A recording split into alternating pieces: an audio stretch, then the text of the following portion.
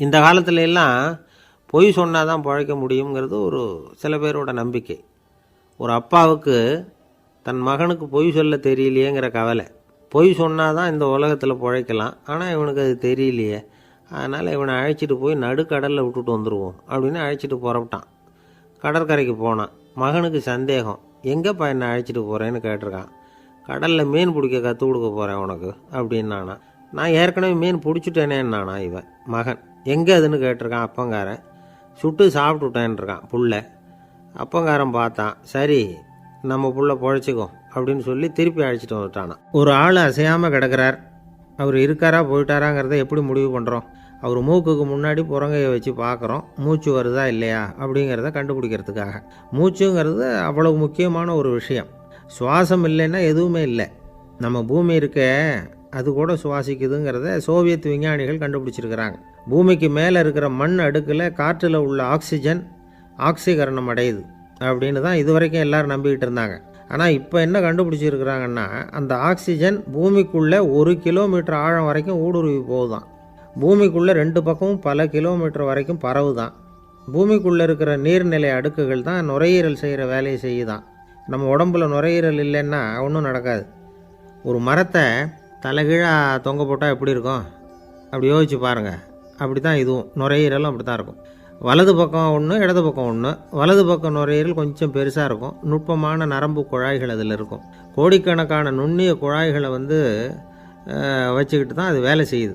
25 கோடி குழாய்கள் இருக்கும்.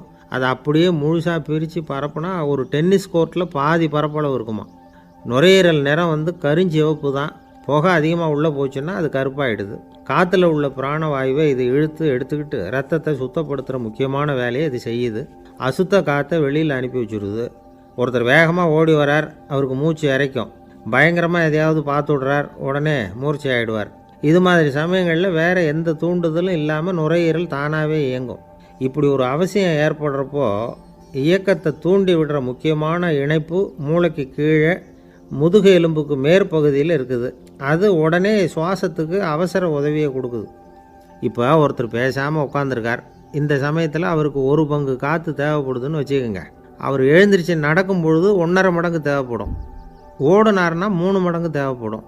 படுத்துருக்கிறப்ப 1/2 மடங்கு தான் தேவைப்படும். இதுக்கு நிமிஷத்துக்கு 16 தடவை மூச்சு விட்டாகணும்.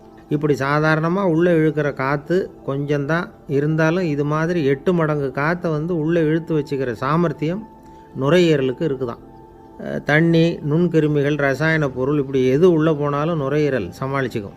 30 வருஷமாக விடாத புகை பிடிக்கிறவர் தொடர்ந்து உள்ளே அனுப்பி வைக்கிற புகையை கூட சமாளிக்குதுன்னா பார்த்துங்களேன்.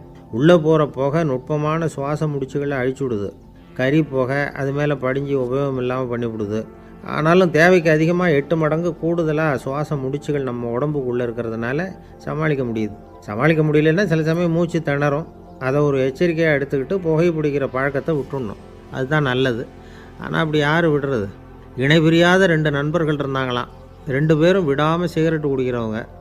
அதில் ஒருத்தன் செத்து போட்டான். இன்னொருத்தன் அதுக்கப்புறம் 2 சிகரெட்டாக குடிக்க ஆரம்பித்தானா. ஏன் இப்படி பண்ணுறேன்னு கேட்டிருக்காங்க.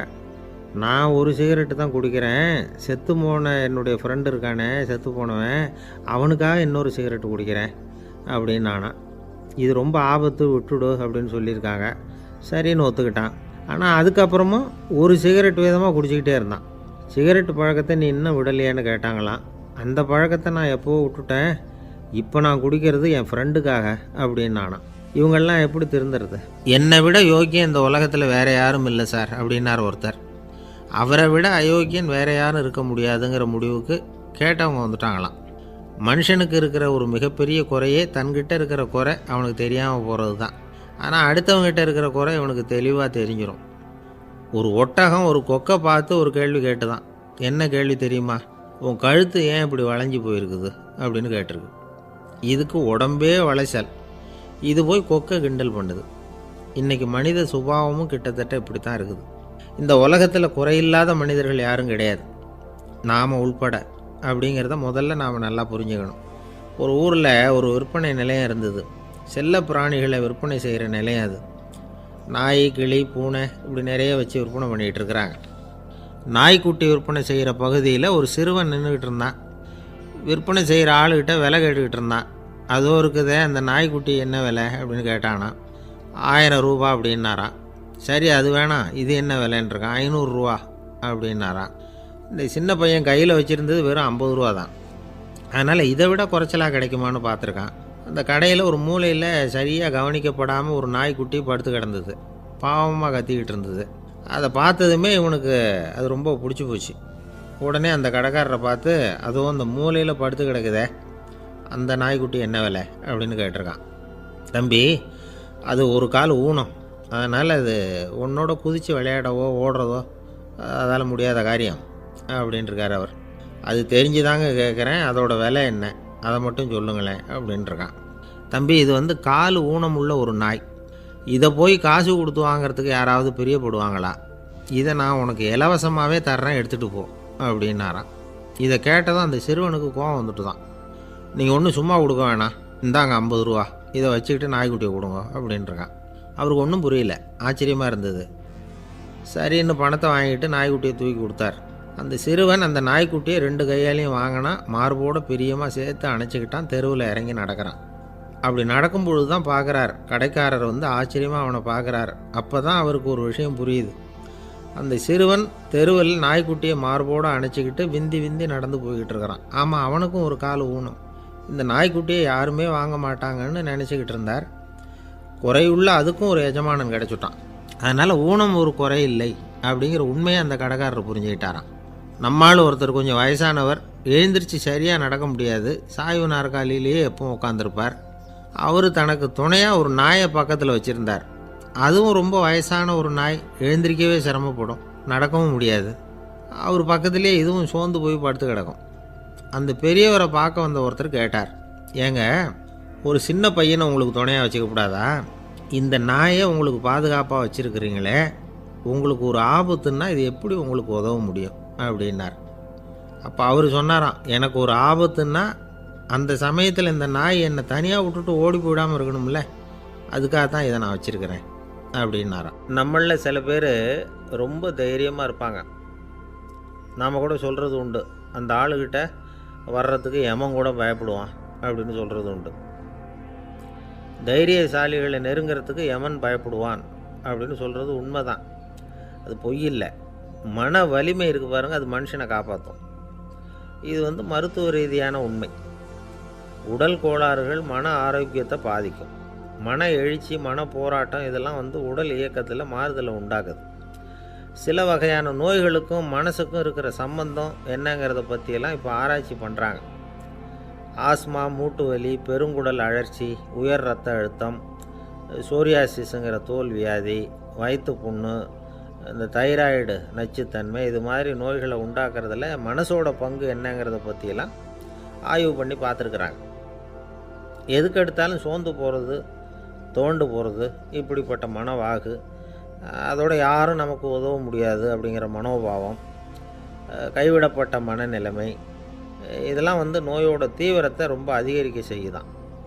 இவங்கெல்லாம் அந்த கைகால் வலிக்குது, உடம்பு அசதியாக இருக்குது, தூக்கம் வரல, முதுகு வலிக்குது, உடம்புல வந்து உணர்ச்சி குறையுது, கை கால் விரல்லாம் மரத்து போகுது, இப்படி ஏதாவது சொல்லிக்கிட்டு டாக்டர்களை தேடி வந்துக்கிட்டு இருப்பாங்க. நெஞ்சு வலி வந்து யாருக்கு வருது தெரியுமா? பதற்றம், போட்டி மனப்பான்மை, அளவுக்கு அதிகமான வேகம், துடிப்பு, பேராசை, இதுலேயும் கட்டுப்பாடு, நேரம் தவறாமை, அப்புறம் இதெல்லாம் வந்து உள்ள மனவாக உள்ளவங்க இருக்கிறாங்கல்ல, அவங்க பெரும்பாலும் நெஞ்சு வலிக்கு ஆளாயிடுறாங்களாம். ஃப்ரீட்மேன் அப்படிங்கிறவர் நிறைய ஆராய்ச்சியெல்லாம் பண்ணி பார்த்துட்டு இதை உறுதிப்படுத்தியிருக்கிறார். அவர் பண்ணின ஆராய்ச்சியில் என்னெல்லாம் தெரிய வந்தது தெரியுமா? பொறுப்பு அதிகம் உள்ளவங்களுக்கு கண்டிப்பாக ரத்த அழுத்தம் வரும், அதிகமாக இருக்குமா. அதே மாதிரி கண்டிப்பாக இருக்கிறாங்கல்ல, அவங்களுக்கும் ரத்த அழுத்தம் அதிகரிக்குமா. ரத்த அழுத்தம் தனக்கு அதிகமாக இருக்குங்கிறத தெரிஞ்சுக்கிட்டவங்க தலைவலி, மயக்கம், இந்த தலை சுத்தல், அசதி, இது மாதிரியான உணர்வுகளை வந்து அவங்களுக்கு வந்துடும், அது மாதிரி உணர்வு. ஆனால் உண்மை என்ன தெரியுமா? இதெல்லாம் வந்து ரத்த அழுத்தத்தினால இல்லை, ரத்த அழுத்தம் கட்டுப்பாட்டுக்குள்ளே இருந்தால் கூட இவங்க இப்படி நினைக்கிறாங்களாம். இதுக்கு காரணம் மனசு தான் அப்படிங்கிறார் அவர். சில பேர் எப்படி தெரியுமா? ஒருத்தர் வந்து மாரடைப்பால் இறந்து போனார் அப்படின்னு கேள்விப்பட்டால் போதும், இறந்து போகிறதுக்கு காரணம் இதயம்தான் அப்படிங்கிற பீதியால் இதய தளர்ச்சி அப்படிங்கிற மனநோயால் பாதிக்கப்படுறார். இவங்கெல்லாம் அடிக்கடி தங்களுடைய இதய பகுதியை தொட்டு பார்த்துக்குவாங்க, நாடியை பிடிச்சி பார்த்துக்குவாங்க. அடிக்கடி மூச்சை உள்ளுக்கு இழுத்து வெளியில் விட்டு வலி வருதா அப்படின்னு பார்த்துக்கிட்டு இருப்பாங்க. வேறு எங்கேயாவது வலிச்சா கூட நெஞ்சை வலிக்குதா அப்படின்னு பார்ப்பாங்க. நெஞ்சு வலிக்குதுன்னு கூட சில பேர் சொல்ல ஆரம்பிச்சிருவாங்க. ஆஸ்மாவுக்கும் மனசுக்கும் சம்பந்தம் உண்டு. தீர்வு காண முடியாத மன போராட்டங்கள் எல்லாத்துக்கும் அடுத்தவங்களையே சார்ந்து இருக்கிற மனநிலை, இதெல்லாம் ஆஸ்மாவினுடைய தீவிரத்தை அதிகப்படுத்திடும். பயம், இது எப்படின்னா என்ன நடக்குமோங்கிற பதற்ற நிலை, அப்புறம் இந்த பயம் இதெல்லாம் சுவாசித்தலை அதிகரிக்க செய்யுது இல்லையா? இதனால் இரத்தத்தின் காரத்தன்மை அதிகமாகி நோயின் தீவிரமும் அதிகமாகுது. மன போராட்டம், மனக்கவலை, மன இறுக்கம் இதெல்லாம் தோல் வியாதியை தூண்டி விடுதான். இது மாதிரி இன்னும் எவ்வளவோ இருக்குது. அதனால் இன்றைக்கி நமக்கு தேவை என்னென்னா மன வலிமை, மலர்ந்த முகம். இது ரெண்டும் இருந்துட்டுதுன்னா பலவிதமான நோய்கள் நம்மக்கிட்ட நெருங்கி வராது. டாக்டர் என்ன நெருங்காமல் இருக்கிறதுக்கு நான் ஒரு காரியம் பண்ணுறேன் அப்படின்னார் ஒருத்தர். அவர் என்ன அர்த்தத்தில் சொன்னார்னா, டாக்டர் அவரை நெருங்காமல் இருக்கிறதுக்கு அவர் ஒரு காரியம் பண்ணுறாராம். நண்பர்கிட்ட சொன்னார். நண்பர் கேட்டார், அது என்ன காரியம் பண்ணுற அப்படின்னு கேட்டார். தினம் ஒரு ஆப்பிள் பழம் சாப்பிட்றேன்னார் அவர். ஏன்னா ஆங்கிலத்தில் ஒரு பழமொழி சொல்லுவாங்கள்ல, an apple a day keeps doctor away அப்படிம்பாங்க. ஒரு ஆப்பிள் பழம் சாப்பிட்டா டாக்டர் விலகியே இருப்பார், டாக்டர்கிட்ட போக வேண்டிய அவசியம் இருக்காது அப்படிங்கிறதுக்காக அந்த பழமொழி சொல்கிறது. என்ன, நான் யாருமே நெருங்காமல் இருக்கிறதுக்கு நான் ஒரு காரியம் பண்ணுறேன்னார் இன்னொருத்தர். டாக்டர் நெருங்காமல் இருக்கிறதுக்கு ஆப்பிள் பழம் சாப்பிட்றேன்னார் அவர். என்னை யாருமே நெருங்காமல் இருக்கிறதுக்கு நான் ஒரு காரியம் பண்ணுறேன்னார் இன்னொருத்தர். அது என்னன்னு கேட்டோம். தினம் ஒரு பூண்டு சாப்பிட்றேன்னார். ஏ கார்லிக் எ டே கீப்ஸ் எவ்ரிபடி அவே அப்படின்னு அதுக்கு ஒரு புது விளக்கமும் கொடுத்தார். காசி மாநகரத்தை பிரம்மதத்தன் அப்படிங்கிற ராஜா ஆட்சி பண்ணிட்டு வந்தார். அவர் ஒவ்வொரு வருஷமும் ஒரு திருவிழா நடத்துறது வழக்கம். எல்லா தேசத்திலிருந்தும் எல்லா வகையான ஜனங்களும் அதில் கலந்துக்குவாங்க.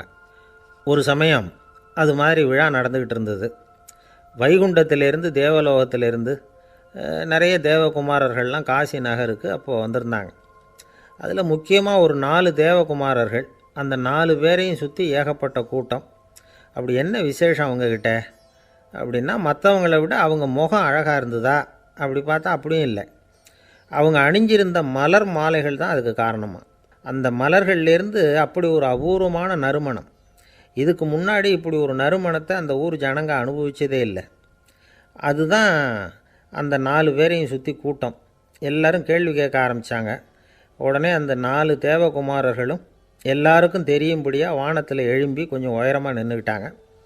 கீழே நின்றுக்கிட்டு இருந்த அரசன்லேருந்து ஆண்டி வரைக்கும் ஒருத்தர் பாக்கி இல்லாமல் ஒரே குரலில் எல்லாரும் அவங்கள பார்த்து, எங்களுக்கும் இது மாதிரி மாலையை போட்டுக்கணும்னு ஆசையாக இருக்குது, அதுக்கு நீங்கள் தான் அருள் பண்ணணும் அப்படின்னு கேட்டுக்கிட்டாங்க. மாலை போட்டுக்கிறதுனா எல்லாருக்கும் ஆசையாக தானே இருக்கும். அந்த 4 தேவகுமாரர்களில் ஒருத்தர் புத்தர் பிரான். அவர் சொன்னார், பூலோகவாசிகளே, நான் சொல்கிறத கொஞ்சம் பொறுமையாக கேளுங்க. கக்காரு அப்படிங்கிற கற்பக விருட்சத்தின் மலர்களால் தொடுக்கப்பட்டது இந்த மாலை. இதுக்கு நிறைய சக்தி உண்டு. எந்த காலமும் இது வாடாது, வாசனையும் குறையாது. ஆனால் இதை அணிந்து கொள்கிறதுக்கு சில தகுதிகள் தேவை அப்படின்னார். என்ன தகுதி அது சொல்லுங்களேன் அப்படின்னு ஏக காலத்தில் எல்லாரும் சத்தம் போட்டாங்க. தீய இயல்புகள் உள்ளவங்க, இழிந்த சிந்தனை, இழிந்த செயல் உள்ளவங்க இந்த மாலையை அணிய முடியாது அப்படின்னார். அவ்வளோதான். கூட்டத்தில் சத்தம் போட்டவங்கள்லாம் மெதுவாக அப்படி அடங்க ஆரம்பிச்சிட்டாங்க. இன்னொரு தேவகுமாரன் சொன்னார், அடுத்தவங்க பொருளை அபகரிக்காதவன், அடுத்தவங்களுக்கு கெடுதல் பண்ணக்கூடிய பொய் பேசாதவன், பேராசையினால் கெட்ட வழியில் பொருள் ஈட்ட நினைக்காதவன் இந்த மாலையை போட்டுக்கலாம் அப்படின்னார். கூட்டத்திலிருந்து யாரும் முன்னுக்கு வரல. ஒரே ஒரு ராஜகுரு மட்டும் கொஞ்சம் முன்னாடி வந்தார். பெரியவர், படித்தவர். அவர், எனக்கு தகுதி இருக்குது அந்த மாலையை போட்டுக்கிறதுக்கு அப்படின்னார். வேறு ஒன்றும் இல்லை, பொய் சொல்லியாவது அந்த மாலையை வாங்கிக்குவோமே அப்படின்னு முடிவு பண்ணிட்டார் அவர். அவ்வளோதான், மாலையை வாங்கிட்டார். அடுத்த தேவகுமாரன் பேசினார். யாருக்கு திடமான அறிவும் மனமும் இருக்குதோ, யாருக்கு நல்ல காரியங்களில் அசையாத ஈடுபாடு இருக்குதோ, நல்ல அரிய பொருள்களை தனியாக தான் மட்டும் அனுபவிக்க விரும்பாதவர் யாரோ அவர் முன்னாடி இந்த மாலையை வாங்கிக்கலாம் அப்படின்னார். அந்த தகுதியும் எனக்கு இருக்குன்னார் ராஜகுரு. மாலையை வாங்கி போட்டுக்கிட்டார். இன்னொரு ராஜகுமாரன் பேச ஆரம்பித்தார். அறநெறியில் செல்வம் சேர்க்கணும், ஆடம்பர பொருள்களுக்கு அடிமையாகக்கூடாது, வெற்றி அடைஞ்சாலும் கர்வம் வரக்கூடாது, அப்படிப்பட்டவங்க இந்த மாலையை போட்டுக்கலாம்னார். துணிஞ்சு பொய் சொல்லி அதையும் வாங்கி கழுத்தில் போட்டுக்கிட்டார் இந்த ராஜகுரு. இன்னொரு ராஜகுமாரன் சொன்னார், சான்றோர்களை நிந்திக்காதவங்க, புறம் பேசாதவங்க இந்த மாலையை போட்டுக்கலாம்னார். அதையும் வாங்கி போட்டுக்கிட்டார். திருவிழா முடிஞ்சுது, எல்லோரும் திரும்பி போயிட்டாங்க. மறுநாள் ராஜகுரு 4 மாலைகளையும் போட்டுக்கிட்டு ராஜசபைக்கு வரார். வந்தவர் ரொம்ப அவஸ்தையோடு வர்றார். மாலையெல்லாம் வாடி போயிட்டுது, வாசனை எதுவும் கிடையாது. அது மட்டும் இல்லை, அவருக்கு கடுமையான தலைவலி வேறு வந்துட்டுது. துடிச்சு போயிட்டார். மாலையை கழட்டவும் முடியல. ஜனங்கள்லாம் அவரை பார்த்து சிரிக்க ஆரம்பிச்சிட்டாங்க. என்னத்துக்கு ஆசைப்படணும், ஏன் இப்படி கஷ்டப்படணும் அப்படின்னு. ராஜா பார்த்தார். மறுபடியும் விழாவுக்கு ஏற்பாடு பண்ணினார். தேவகுமாரர்கள்லாம் வந்தாங்க. ராஜகுரு வந்தார். மக்கள் முன்னிலையில் அவங்க காலில் விழுந்தார், மன்னிப்பு கேட்டுக்கிட்டார். இந்த மாலையை போட்டுக்கிற தகுதி எனக்கு இல்லை. தகுதி இல்லாத ஒருத்தன் தகாத தகுதியை பொய் மூலம் பெறணும்னு ஆசைப்படுறாங்களே, அவங்களுக்கெல்லாம் என்னுடைய தண்டனை ஒரு எச்சரிக்கையாக இருக்கட்டும்னார். அதுக்கப்புறம் தேவகுமாரர்கள் அவர் கழுத்தில் இருக்கிற மாலையை கழட்டினாங்களாம். அந்த மாலைகளும் பழையபடி மனம் கொடுக்க ஆரம்பிச்சுட்டு தான். இதுலேருந்து நாம் தெரிஞ்சுக்க வேண்டியது என்னென்னா, நமக்கு தகுதி இல்லாத ஒரு கௌரவம் நம்மக்கிட்ட தானாக வந்தால் கூட அதை தவிர்த்து விடுறது தான் நல்லது. அதுதான் புத்திசாலித்தனம். ஒருத்தர் வந்தார். சார், எங்கள் இலக்கிய மன்ற விழாவுக்கு நீங்கள் தலைமை தாங்கணும்னார். உடனே இவர் சொன்னார், பேச்சாளர், சார், இலக்கியத்தை பற்றி பேசுகிற தகுதி எனக்கு இல்லையே அப்படின்னார். உடனே அவர் கூப்பிட வந்தவர் சொன்னார், அந்த தகுதி உங்களுக்கு இல்லைங்கிறது எங்களுக்கும் தெரியும் சார், அதனால தான் உங்களை தலைமை தாங்க கூப்பிட்றேன் அப்படின்னார். அது சரி, தலைமைன்னா அதுக்கு இவர் என்ன தான் அர்த்தம் பண்ணுறாருன்னு தெரியல. ஒரே ஒரு ஊரில் ஒரு ராஜா இருந்தார். அவர் பேரில் மக்களுக்கு ரொம்ப மரியாதை. அவ்வளவு நல்லா ஆட்சி புரிஞ்சுக்கிட்டு வந்தார். அவருக்கு வயசாகிட்டுது. அதனால் ஒரு நாள் அமைச்சரை கூப்பிட்டார். இதை பாருங்கள், எனக்கு வயசாகிட்டுது, அதனால் இந்த அரச பொறுப்பையெல்லாம் நீங்கள் ஏற்றுக்குங்க அப்படின்னார். அதுக்கப்புறம் ராணியை கூப்பிட்டார். வா, நாம் இனிமேல் இங்கே இருக்க வேணாம், காட்டுக்கு போய் தவம் பண்ணலாம் அப்படின்னு கூப்பிட்டார். இந்த செய்தி மக்களுக்கு அறிவிக்கப்பட்டது. மக்கள் உடனே கூட்டமாக அரண்மனைக்கு வர ஆரம்பிச்சிட்டாங்க. மன்னரை போய் பார்க்குறாங்க. அரசே, தாங்கள் எங்களுக்கு தந்தை மாதிரி. நீங்கள் காட்டுக்கு போயிட்டால் நாங்கள்லாம் இங்கே எப்படி இருக்க முடியும்? எங்களுக்கெல்லாம் எந்த துன்பமும் இல்லாமல் பார்த்துக்கிட்டு வர்றீங்க. இது மாதிரியான ஒரு அரசாட்சி இல்லைன்னா மக்கள் வாழ்ந்து என்ன பயன் அப்படின்னாங்க. இருந்தாலும் என்ன பண்ணுறது, வயசாகிட்ட காரணத்தினால இந்த முடிவுக்கு வர வேண்டியிருக்குது அப்படின்னாராம் ராஜா. அப்படின்னா நீங்கள் காட்டுக்கு போக வேணாம், நாங்கள் போகிறோம். நாங்கள் அங்கே போய் தவம் பண்ணுறோம், வழிபாடு பண்ணுறோம். கடவுள் வருவார், அவர்கிட்ட வரம் வாங்கிட்டு வந்துடுறோம் அப்படின்னாங்களாம். அப்படி சொல்லிவிட்டு உடனே எல்லோரும் காட்டுக்கு போனாங்க. நாட்டு மக்கள் எல்லாரும் ஒட்டு மொத்தமாக காட்டில் உட்காந்துக்கிட்டு தவம் பண்ணுறதை பார்த்தார் கடவுள். உடனே புறப்பட்டு வந்தார். எல்லோரும் இப்படி உட்காந்துருக்குறீங்களே, என்ன வேணும் உங்களுக்கு அப்படின்னு கேட்டார். உடனே மக்கள் எல்லாரும் ஒரு குரலில் சொன்னாங்க, சுவாமி, எங்கள் மன்னன் ரொம்ப நாளைக்கு நல்லபடியாக இருக்கணும். அவர் மகிழ்ச்சியாகவும் உடல் நலத்தோடும் இருந்தால் தான் நாங்கள் அமைதியாக வாழ முடியும் அப்படின்னாங்க. சரி, அதுக்கு என்ன செய்யணும் அப்படின்னார் ஆண்டவன். எங்கள் மன்னருக்கு இன்னும் ஒரு 100 வருஷம் ஆயுளை கொடுங்க அப்படின்னாங்க. அவ்வளவு தானே, சரி அப்படியே ஆகட்டும் அப்படின்னு சொல்லிவிட்டு ஆண்டவன் போயிட்டார். மக்கள் மகிழ்ச்சியோடு திரும்பி வந்தாங்க. மன்னா, கடவுள் வரம் கொடுத்துட்டார், நீங்கள் 100 வருஷம் வாழ போகிறீங்க அப்படின்னாங்க. இதை கேட்டதும் ராணி ராஜாவை வணங்கி, நான் தவம் செய்ய போகிறேன் அப்படின்னு புறப்பட்டாங்க. உடனே மக்கள் என்ன நினச்சாங்க தெரியுமா? ஐயோ, நாம் ராஜாவுக்கு மட்டும்தானே நீண்ட ஆயுள் வேணும்னு வரம் வாங்கினோம், ராணிக்கு வாங்கலையே, அதுதான் கோபத்தில் புறப்பட்டாங்க போல இருக்குது அப்படின்னு நினச்சி வருத்தப்பட்டாங்க. ஆனால் ராணி நினச்சது அது இல்லை.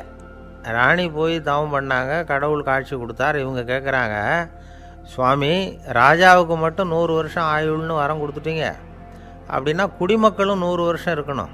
இப்படிப்பட்ட குடிமக்கள் இல்லைன்னா அப்படிப்பட்ட அரசன் இருந்து என்ன பிரயோஜனம் அப்படின்னாங்களாம். ஆண்டவன் பார்த்தார்.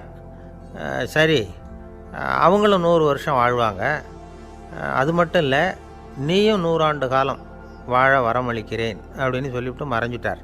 இதில் ஆண்டவன் வர்றதும் மறையிறதும் முக்கியம் இல்லை. இதில் கவனிக்க வேண்டியது ஆள்கிறவனின் விசால மனம், குடிமக்களின் விசால மனம், ஆள்கிறவன் மனைவியினுடைய விசால மனம். இப்படி ஒரு நாடு இருந்துட்டுதுன்னா எப்படி இருக்கும் வாழ்க்கையை நினச்சி பாருங்கள்.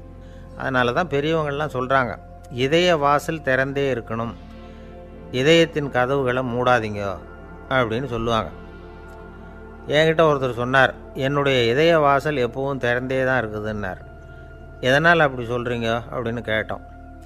டாக்டரே சொல்லிவிட்டார், என்னுடைய இதயத்தில் ஒரு ஓட்டை இருக்குது அப்படின்னு, வால்வு சரியில்லையா அப்படிங்கிறார். அளவுக்கு மிஞ்சினால் அமிர்தமும் நஞ்சு அப்படின்னு சொல்லுவாங்க. அது உண்மைதான். ஒருத்தருக்கு அளவுக்கு மீறிய புகழ் வந்துட்டுதுன்னு வச்சுங்க, அது கூட ஆபத்தாக போயிடுறது உண்டு. பழங்காலத்துல எல்லாம் கிரேக்க தேசத்தில் ஒரு பழக்கம் உண்டாம். அதாவது யாராவது ஒருத்தரை நாடு கடத்தணும்னா அதுக்கு ஒரு வழி உண்டு. அதாவது ஒருத்தரை நாடு கடத்தணும்னு மக்கள் விரும்புகிறாங்கன்னு வச்சுங்களேன், அவர் பேரை ஒரு மண்பாண்ட ஓட்டுச்சில்லில் எழுதி அதை ஒரு குறிப்பிட்ட பொது இடத்துல போட்டுற வேண்டியது, அவ்வளவுதான். இது மாதிரி பல பேர் போட்டுக்கிட்டே இருப்பாங்க, எல்லாம் அப்படியே குவிஞ்சு போயிடும். அந்த ஓட்டாஞ்சில்லு குவியலில் யாருடைய பேர் அதிகமாக இருக்குதோ அந்த நபரை ஒரு 10 ஆண்டுகள் நாடு கடத்தி விடுவாங்க. இது அந்த ஊர் வழக்கமாக. ஒரு நாள் அந்த குவியலுக்கு பக்கத்தில் ஒரு ஆள் நின்றுக்கிட்டு இருக்கிறான். அவன் கையில் ஒரு ஓட்டாஞ்சில்லு வச்சுருக்கிறான். அதில் யாரோட பேரையோ எழுதணும், எழுதி அந்த இடத்துல போடணுங்கிறது அவன் ஆசை. ஆனால் அவன் படிக்காதவன், அதனால் எழுத தெரியல. யாராவது அந்த வழியாக வர்றாங்களான்னு பார்த்துக்கிட்டே நின்றுக்கிட்டு இருந்தான். ஒரு பெரியவர் வந்துக்கிட்டு இருந்தார். அவர்கிட்ட ஓடினான். கையில் இருந்த மண்பாண்ட சில்லை கொடுத்தான். ஐயா, இதில் ஒரு பேர் எழுதி கொடுங்களேன்னா. அந்த பெரியவர் அதை வாங்கி கையில் வச்சுக்கிட்டு, என்ன பேர் எழுதணும் சொல்லு அப்படின்னா. இவன் சொன்னான், அரிஸ்டைடிஸ் அப்படின்னு எழுதுங்க அப்படின்னா. இதை கேட்டதும் அந்த பெரியவருக்கு அதிர்ச்சி. ஏன்னா அவர் தான் அரிஸ்டைடிஸ், தத்துவ மேதை அரிஸ்டைடிஸ் அவர். இருந்தாலும் நான் தான் அதுங்கிறத காட்டிக்காமல் அந்த ஆளுகிட்ட கேட்டார். அது சரிப்பா, அரிஸ்டைடிஸுங்கிற பேரை எழுத சொல்கிற, அவர் உனக்கு என்ன கெடுதல் பண்ணார், அவர் பேரை இதில் எழுத சொல்கிறிய அப்படின்னு கேட்டிருக்கார். அதுக்கு இவன் சொன்னானா, அவர் எனக்கு எந்த கெடுதலும் பண்ணலை, அவரை நான் பார்த்தது கூட இல்லை அப்படின்ட்டுருக்கான். அப்புறம் எதுக்காக அவரை நாடு கடத்தணும்னு நீ ஆசைப்படுற அப்படின்னு கேட்டிருக்கார்.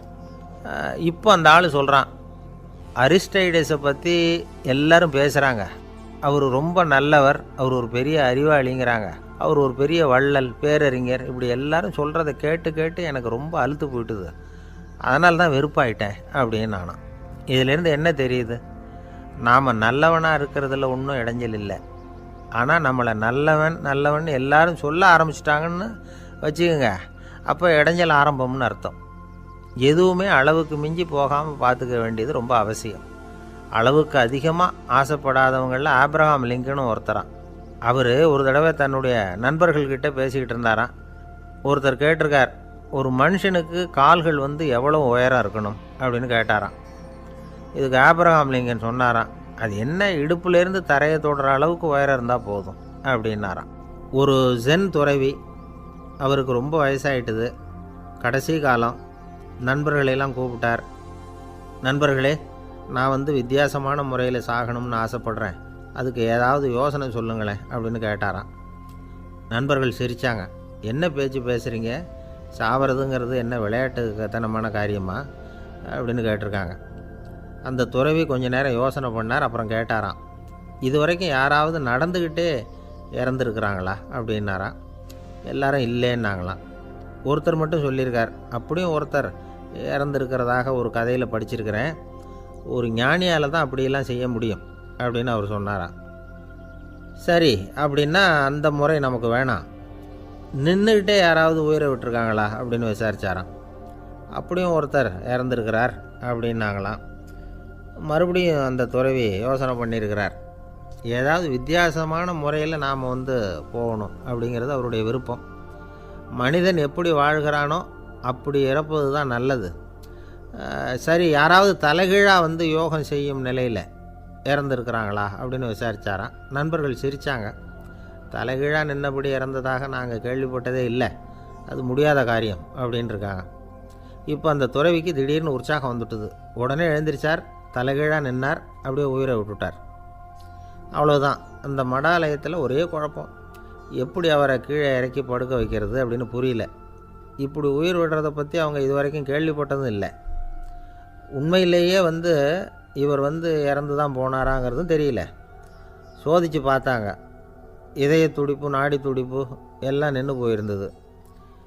இவர் எப்பவும் இப்படி தான், என்ன பண்ணுறது இப்போது அப்படின்னு சொல்லி எல்லோரும் குழம்பிக்கிட்டு இருக்கிற சமயத்தில் ஒரு பெரிய ஒரு யோசனை சொன்னார். இந்த துறவியோட மூத்த சகோதரி பக்கத்து மடாலயத்தில் இருக்கிறாங்க, அவங்கள இங்கே அழைச்சிட்டு வந்தால் ஏதாவது வழி கிடைக்கும் அப்படின்னார். அந்த அம்மாவுக்கு 90 வயசு. அழைச்சிட்டு வந்தாங்க. ஒரு குச்சியை ஊன்றிக்கிட்டு அப்படியே மெதுவாக நடந்து வந்தாங்க. வந்து தம்பி தலைகீழாக நின்று உயிர் விட்டு இறக்கிறத பார்த்தாங்க. தம்பின்னு கூப்பிட்டு பார்த்தாங்க, ஒன்றும் காணோம். உடனே என்ன பண்ணாங்க, தன்னுடைய கைத்தடியால் தம்பியோட உடலை ஒரு தட்டு தட்டினாங்க. ஏப்பா சாகிறப்பவும் உன்னுடைய குறும்புத்தனத்தை விடலையா, இப்படியாடா சாகிறது, ஒழுங்காக செத்து தொலை அப்படின்னாங்களாம். அவ்வளவுதான். உடனே அந்த துறவி திரும்பி நேராக நின்னார். அக்கா கோவப்படாத, நான் ஒழுங்காக சாகிறேன், எப்படி செத்தா என்ன, எல்லாம் எனக்கு ஒன்று தான் அப்படின்னு சொல்லிவிட்டு அப்படியே தரையில் படுத்து உயிரை விட்டாராம். அதுக்கப்புறம் அந்த அம்மா கோலை வந்து கையில் எடுத்துக்கிட்டு அப்படியே திரும்பி கூட பார்க்காம அவங்க பாட்டுக்கு போயிட்டாங்களாம். மரணத்தை ஒரு விளையாட்டாக ஆக்கிய அந்த துறவிக்கு வாழ்க்கையே ஒரு விளையாட்டாக தான் இருந்திருக்குது. எந்த நோக்கமும் இல்லாமல் செயல்படுறதுன்னா என்னங்கிறதும் அவருக்கு தெரிஞ்சிருக்குது. பயனை எதிர்பார்க்காம பணி செய்து வாழ்ந்து மறைந்த மகான் அவர். தம்முடைய தொழிலை வந்து விளையாட்டு போல் செய்ய தெரிஞ்சவருக்கு வாழ்க்கையே ஒரு விளையாட்டாக மாறிடும். எல்லாமே விளையாட்டாகி விடுகிற போது மரணமும் விளையாட்டாகிவிடும் அப்படிங்கிறது தான் அந்த தத்துவம். ஆனால் அதுக்கு முன்னாடி உங்களுக்குள்ளே இருக்கிற உண்மையான நடிகனை வந்து நீங்கள் அடையாளம் கண்டுபிடிக்கணும். நீங்கள் நடிக்க வேண்டியதே இல்லை, நீங்கள் ஏற்கனவே நடிச்சுக்கிட்டு தான் இருக்கிறீங்க. நீங்கள் இந்த உண்மையை தெரிஞ்சுக்கணும், அவ்வளவுதான். இதுதான் ஞானிகளுடைய கருத்து. நீங்கள் தெருவில் நடந்து போயிட்டுருக்கிறீங்க, எதிரில் வர்றவர் உங்களை பார்த்து எப்படி இருக்கிறீங்கன்னு கேட்குறார். நல்லா இருக்கிறேங்கிறீங்க. உண்மையிலேயே நாம் நல்லா இருக்க மாட்டோம், ஏதாவது உடம்புல கோளாறு இருக்கும். ஆனால் அப்படி சொல்லுவோம் நல்லா இருக்கிறேன் அப்படின்னு, அது நடிப்பு தானே. உங்களை சந்தித்ததில் ரொம்ப மகிழ்ச்சி அப்படின்னு சொல்கிறோம். உடனே கொஞ்சம் நிதானமாக யோசித்து பாருங்கள், உண்மையிலேயே உங்கள் மனசு மகிழ்ச்சி அடைஞ்சுட்டுதா, அது நடிப்பு தானே. வாழ்க்கையை சரியாக புரிஞ்சுக்கிட்டால் எல்லாமே நடிப்புங்கிறது புரியும். கல்யாண பத்திரிக்கை அனுப்பியிருந்தேனே, ஏன்டா வரலன்னு கேட்டான் ஒருத்தன். வந்திருந்தேனே அப்படின்னானா இவன். டேய் ஏன்டா போய் சொல்கிற, நான் பத்திரிக்கையே உனக்கு அனுப்பலையே அப்படின்ட்டுருக்கான் அவன். அதுக்கு இவன் சொன்னானா, பத்திரிக்கை அனுப்புனேன்னு நீ போய் சொல்கிறப்போ கல்யாணத்துக்கு வந்தேன்னு நான் போய் சொல்லக்கூடாதா அப்படின்னானா. ஒரு பெரிய பியானோ கலைஞர் வியன்னாவில் இருந்தார். ரொம்ப புகழ்பெற்ற இசை கலைஞர் அவர். இங்கிலாந்து மகாராணி விக்டோரியா அவருடைய சங்கீதத்தை கேட்கணும்னு ஆசைப்பட்டாங்க. அவரை அரண்மனைக்கு கூப்பிட்டாங்களாம். பியானோ வாசிக்க சொல்லி கேட்டாங்களாம். இவரும் ரொம்ப பிரமாதமாக வாய்ச்சி காட்டியிருக்கார். உடனே பாராட்டி பரிசுகள்லாம் கொடுத்து அனுப்புனாங்களாம். அந்த இசையை கேட்குறதுல அரசிக்கு ரொம்பவும் ஆர்வம் உண்டு. அதனால் அதுக்கப்புறமும் அந்த கலைஞர் அடிக்கடி அரண்மனைக்கு வர வேண்டிய அவசியம் ஏற்பட்டது. ஏன்னா அரசி கூப்பிட ஆரம்பித்தாங்க. இவர் போகணும், அங்கே இசை நிகழ்ச்சி நடத்தணும். இவர் அங்கே பாடி வாசிக்கிறது உண்டு. ஒரு தடவை வந்து மகாராணி அவரை பார்த்து உங்கள் நாட்டு தேசிய கீதம் பாடுங்களேன் அப்படின்னு கேட்டாங்களாம். உடனே அவர் தன்னுடைய நாடான ஆஸ்திரியாவின் தேசிய கீதத்தை பாடியிருக்கிறார். அவர் பாட ஆரம்பித்த உடனே மகாராணி எழுந்திரிச்சு நின்னாங்களாம். அதுக்கு மரியாதை செலுத்துகிற நோக்கத்தோடு பாட்டு முடிகிற வரைக்கும் அப்படியே நின்றுக்கிட்டு இருந்தாங்களாம். இதுதான் அந்த அரசியினுடைய பெருந்தன்மை. அதாவது நாட்டுப்பற்றுங்கிறது அந்த அளவுக்கு அப்படி இருக்கணும். இப்படி ஒரு அரசியே நம்ம நாட்டு தேசிய கீதத்துக்கு எழுந்திரிச்சு நின்று மரியாதை செலுத்துகிறாங்க அப்படிங்கிறத புரிஞ்சிக்கும் பொழுது அந்த முதிய கலைஞரின் மகிழ்ச்சிக்கு அளவே இல்லையாம். அதுக்கப்புறம் அந்த பியானோ கலைஞர் ஒரு நாள் தன்னுடைய நண்பர் ஒருத்தர்கிட்ட பேசிக்கிட்டு இருந்தாராம். அப்போ சொன்னாராம், மகாராணியார் வந்து எனக்கு எவ்வளவோ பரிசுகள்லாம் கொடுத்துருக்குறாங்க. ஒரு தடவை எனக்கு வைரக்கல் பதித்த அணி ஒன்றை கூட பரிசாக கொடுத்தாங்க.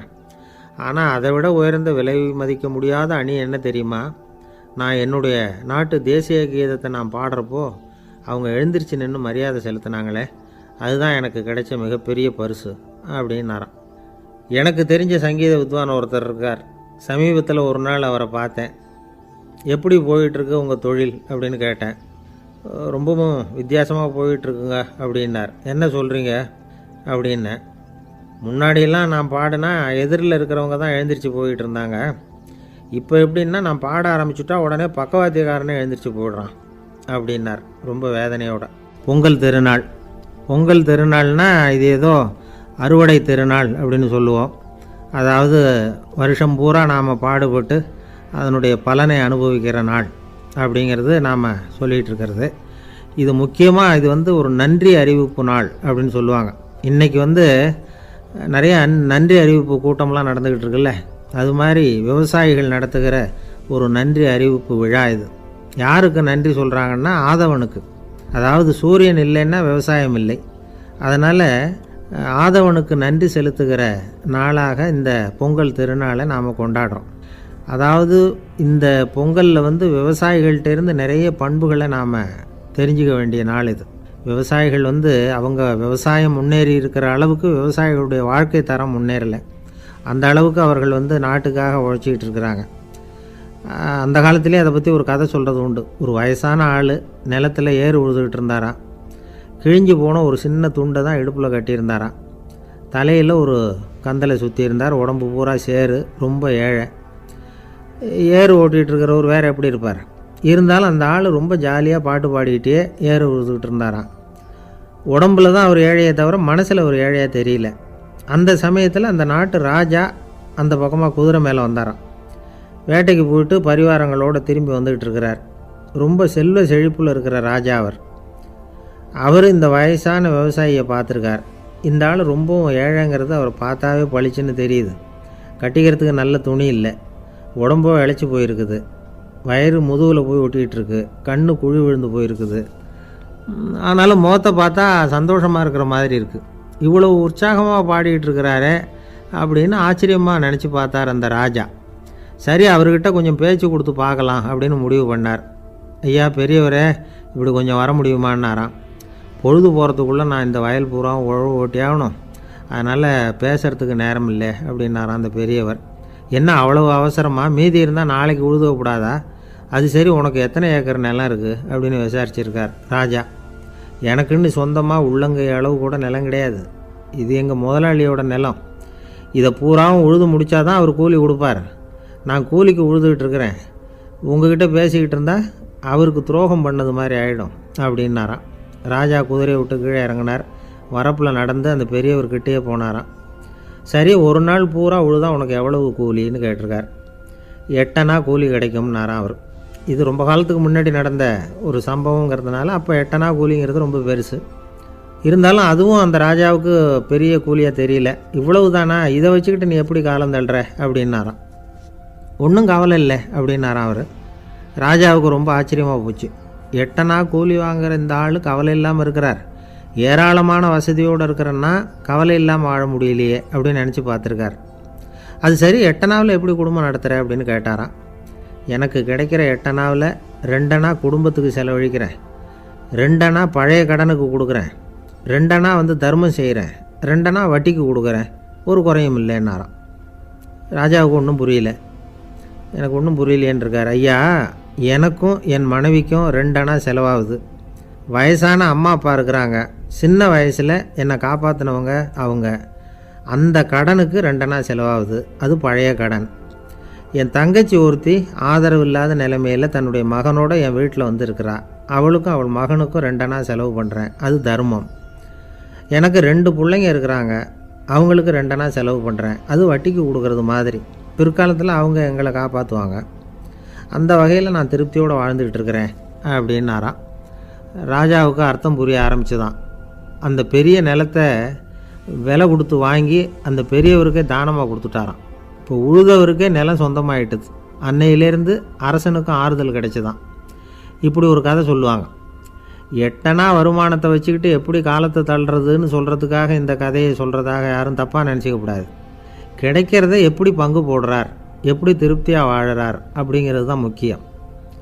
அது மாதிரி இன்றைக்கு இந்த பொங்கல் திருநாளில் உழவர்கள் மனசு மகிழ்ச்சியாக இருந்ததுன்னா அது எல்லாரும் மகிழ்ச்சியாக இருக்கிறது மாதிரி அர்த்தம். அதனால் அவர்கள்ட்டேருந்து நாம் பாடம் கற்றுக்கணும். சில உழவர்கள் தங்கள் நிலத்தில் விளையிறத தாங்கள் சாப்பிட மாட்டாங்க, அடுத்தவங்கள்ட்ட விற்றுட்டு சந்தையில் போய் வேறு அரிசி வாங்கிட்டு வந்து தான் இவங்க சாப்பிடுவாங்க. அப்படிப்பட்ட விவசாயிகள்லாம் இது உண்டு. பங்கிடுகிற பண்பை உழவர்கள்ட்டேருந்து கற்றுக்கொள்ளுங்கள் அப்படிம்பாங்க. ஒரு ஆள் நிம்மதியாக மகிழ்ச்சியாக இருந்தானா, உங்கள் நிம்மதிக்கும் மகிழ்ச்சிக்கும் என்ன காரணம்னு கேட்டிருக்கார் இன்னொருத்தர். என்கிட்ட இருந்தது பூராவையும் என் பிள்ளைங்களுக்கு சமமாக பங்கு போட்டு கொடுத்துட்டேன், எனக்குன்னு எதுவுமே வச்சுக்கல, அதுதான் நிம்மதிக்கு காரணம்ன்றிருக்கான். உங்ககிட்ட இருந்தது எவ்வளவு இருந்தது அப்படின்னு கேட்டிருக்காரு அவர். மொத்தமாக ஒரு 50,000 ரூபா இருக்கும். அப்படின்னு இருக்கான். அவ்வளவும் பணமாகவே இருந்ததா அப்படின்னு கேட்டிருக்காங்க இவங்க. இல்லைங்க, அவ்வளவும் கடன், அதை தான் பிரித்து கொடுத்துருக்கேன் பிள்ளைங்கக்கிட்ட அப்படின்னு நானும். அவன் எது ரொம்பவும் கஷ்டமான காரியம் அப்படின்னு கேட்டார் ஒருத்தர். ஒருத்தருக்கு ஒருத்தர் சண்டை போடாமல் இருக்கிறது தான் ரொம்ப கஷ்டமான காரியம் அப்படின்னு தோணுது. ஒரு நாட்டுக்கும் இன்னொரு நாட்டுக்கும் சண்டை, நாட்டுக்குள்ளேயே ஒரு குரூப்புக்கும் இன்னொரு குரூப்புக்கும் சண்டை. ஏன் சண்டை போட்டுக்கிறீங்கன்னு கேட்டு பாருங்கள். நாங்கள் சமாதானத்துக்காக தான் சண்டை போட்டுக்கிறோம் அப்படிம்பாங்க. வாழறதுக்காக பிறந்த மனுஷன் லட்சியத்துக்காக உயிரை விட தயார் அப்படின்னு சொல்லிகிட்டு இருப்பான். அப்படி உயிரை விடுறவங்கள நாமளும் பாராட்டுவோம். ஆனால் ஒன்றுமில்லாத விஷயங்களுக்கெல்லாம் சண்டை போடுறவங்களெல்லாம், அப்படிப்பட்டவங்களையும் சரி உயிரை விடுறவங்களையும் சரி என்னென்னு சொல்கிறது, யுத்தங்களாலேயும் சண்டைகளாலேயும் நாம் அடையிறது என்னங்கிறது ஒரு பக்கம் இருக்கட்டும், இழக்கிறது என்ன தெரியுமா? ஏராளமான உயிர்கள். ரத்தம் சிந்தறதுக்கு நான் தயார் அப்படின்னு மார்தட்டி சொல்லலாம். ஆனால் ரத்தம் சிந்தினா உயிர் காத்துக்கிட்டு இருக்க தயார் இல்லை. அதாவது உயிர் நமக்காக காத்துக்கிட்டு இருக்க தயார் இல்லை. இழக்கிற ரத்தத்தை ஈடுகட்டினா தான் உயிரை காப்பாற்ற முடியும். அதனால் இது சம்மந்தமாக ஆராய்ச்சி செய்கிற கட்டாயம் ஏற்பட்டு போச்சு. அதோட விளைவாக புதுசாக ஒன்றை கண்டுபிடிச்சிருக்கிறாங்க. அதுதான் செயற்கை ரத்த பொடி. இப்போ இந்த திடீர் சாம்பார் பொடி, திடீர் ரசப்பொடி, திடீர் காப்பி பொடி இப்படிலாம் சொல்கிறோம்ல, அது மாதிரி இது திடீர் ரத்த பொடி. இஸ்ரேல் ஒரு சின்ன நாடு, மக்கள் தொகை குறைச்சல், அதோட போர்கள் வேறு. அதனால் காயம்பட்டவங்களை காப்பாற்றியே தீர வேண்டிய கட்டாயம். காப்பாற்றணும்னா ரத்த இழப்பை தடுக்கணும்.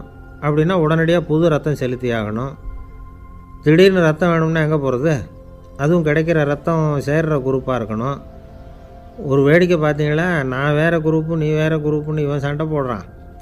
இதில் அடிபட்டவனுக்கு ரத்தம் கொடுக்க போனால் அதுலேயும் அது வேறு வேறு குரூப்பாக இருக்குது. அது ரத்தமும் வேறு வேறு குரூப்புன்னு சொல்லிகிட்டு இருக்குது. எந்த குரூப்பு ரத்தம் வேணும், அது உடனடியாக கிடைக்கலன்னா என்ன பண்ணுறது? இப்படிப்பட்ட கஷ்டம்லாம் நமக்கு வந்துடுது.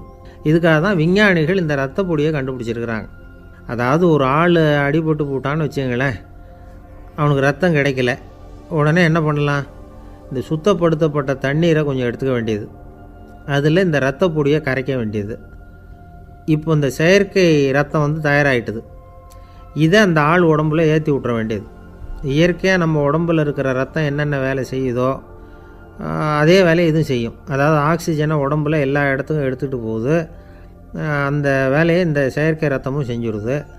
ஆனால் ஒரு விஷயம், இந்த செயற்கை ரத்தம் ஒரு அவசரத்துக்கு தான் உபயோகப்படுத்தலாம், ஒரு முதல் உதவி மாதிரி. அதை அப்படியே நிரந்தரமாக விட்டுற முடியாது. பின்னாடி தேவையான குரூப்பு உண்மையான ரத்தம் கிடைச்ச உடனே அதை செலுத்திக்கணும். உண்மையான ரத்தத்தை 20லேருந்து 40 நாள் வரைக்கும் தான் பாதுகாக்க முடியும். அதுவும் குளிர்பதன பெட்டியில். அதுக்குள்ளே உபயோகப்படுத்தலைன்னா அது வீணாக போயிடும். இந்த ரத்த பொடி அப்படி இல்லை, எவ்வளோ நாள் வேணும்னாலும் அப்படியே வச்சுருக்கலாம். குளிர்பதன பெட்டியும் தேவையில்லை. ஆனால் ஒன்று, இது தண்ணியில் கலந்து செயற்கை ரத்தமாக ஆக்கிவிட்டா அதோட வலு 72 மணி நேரம் தான். அதாவது 3 நாள். அதுக்குள்ளே அந்த ஆசாமியை எங்கேயாவது ஆஸ்பத்திரிக்கு தூக்கிட்டு போய் உண்மையான ரத்தத்தை கொடுத்துடணும். சண்டையில் அடிபடுறவங்க, சாலை விபத்தில் அடிபடுறவங்க, இவங்களுக்கெல்லாம் அவசரத்துக்கு கை கொடுத்து உதவுறது இந்த செயற்கை ரத்த பொடி. அதுக்கப்புறம் நாம் கொடுக்குற ரத்தம் தான் அவங்கள காப்பாற்றணும். இன்றைக்கி ரத்தத்தை தானமாக கொடுக்க தயாராக இருக்கிற நல்ல உள்ளங்கள் ஏராளம். எவ்வளவு ஆக்சிடெண்ட்டு, ஆப்ரேஷன், இதில் சம்மந்தப்பட்டவங்களை காப்பாற்றுறது நாம் தானமாக கொடுக்குற ரத்தம் தானே. ஒரு ஆக்சிடெண்ட்டு, ஒரு ஸ்கூட்டர் ஒரு ஆள் மேலே மோதி விட்டுது, பார்த்து வரக்கூடாதா அப்படின்னா அந்த ஆள், நீ தான் பார்த்து நடக்கணும், ஏன்னா 20 வருஷமாக நான் அந்த ஸ்கூட்டரை ஓட்டிகிட்டு இருக்கிறேன் அப்படின்னானா இவன். இதுக்கு அவன் சொன்னானா, நீ தான் பார்த்து ஓட்டணும், ஏன்னா 40 வருஷமாக நான் இப்படி நடந்துக்கிட்டு இருக்கிறேன் அப்படின்னானா. ஒரு ஊரில் ஒரு ராஜா இருந்தார். பெரிய அரண்மனையில் தான் இருக்கிறார். எல்லா வசதியும் இருந்தது. இருந்தாலும் அவர் எல்லாரும் சொல்கிறது எப்படி தெரியுமா? பிச்சைக்கார ராஜா. அப்படி ஒரு பேர் அவருக்கு நிலச்சி போச்சு. ஜனங்களும் சரி, மற்ற தேசங்களில் உள்ளவங்களும் சரி, அவர் அந்த பேர் சொல்லியே குறிப்பிடுறது வழக்கமாக போட்டுது. இது அவருக்கு ரொம்ப கவலையாக போச்சு. என்ன இது, நம்மளை தேடி வர்றவங்களுக்கெல்லாம் நாம் சோறு போடுறோம், நம்ம புகழ்ந்து பாடல் ஏற்றி கொண்டு வர்ற புலவர்களுக்கெல்லாம் அவங்க எப்படி வந்தாலும் ஒருவேளை சோறு போடணுங்கிறது உத்தரவு. இவ்வளவுலாம் செஞ்சும் நம்மளை போய் பிச்சைக்கார ராஜான்னு எல்லாரும் சொல்கிறாங்களே, அது ஏன், எதுக்காக இப்படி சொல்கிறாங்க?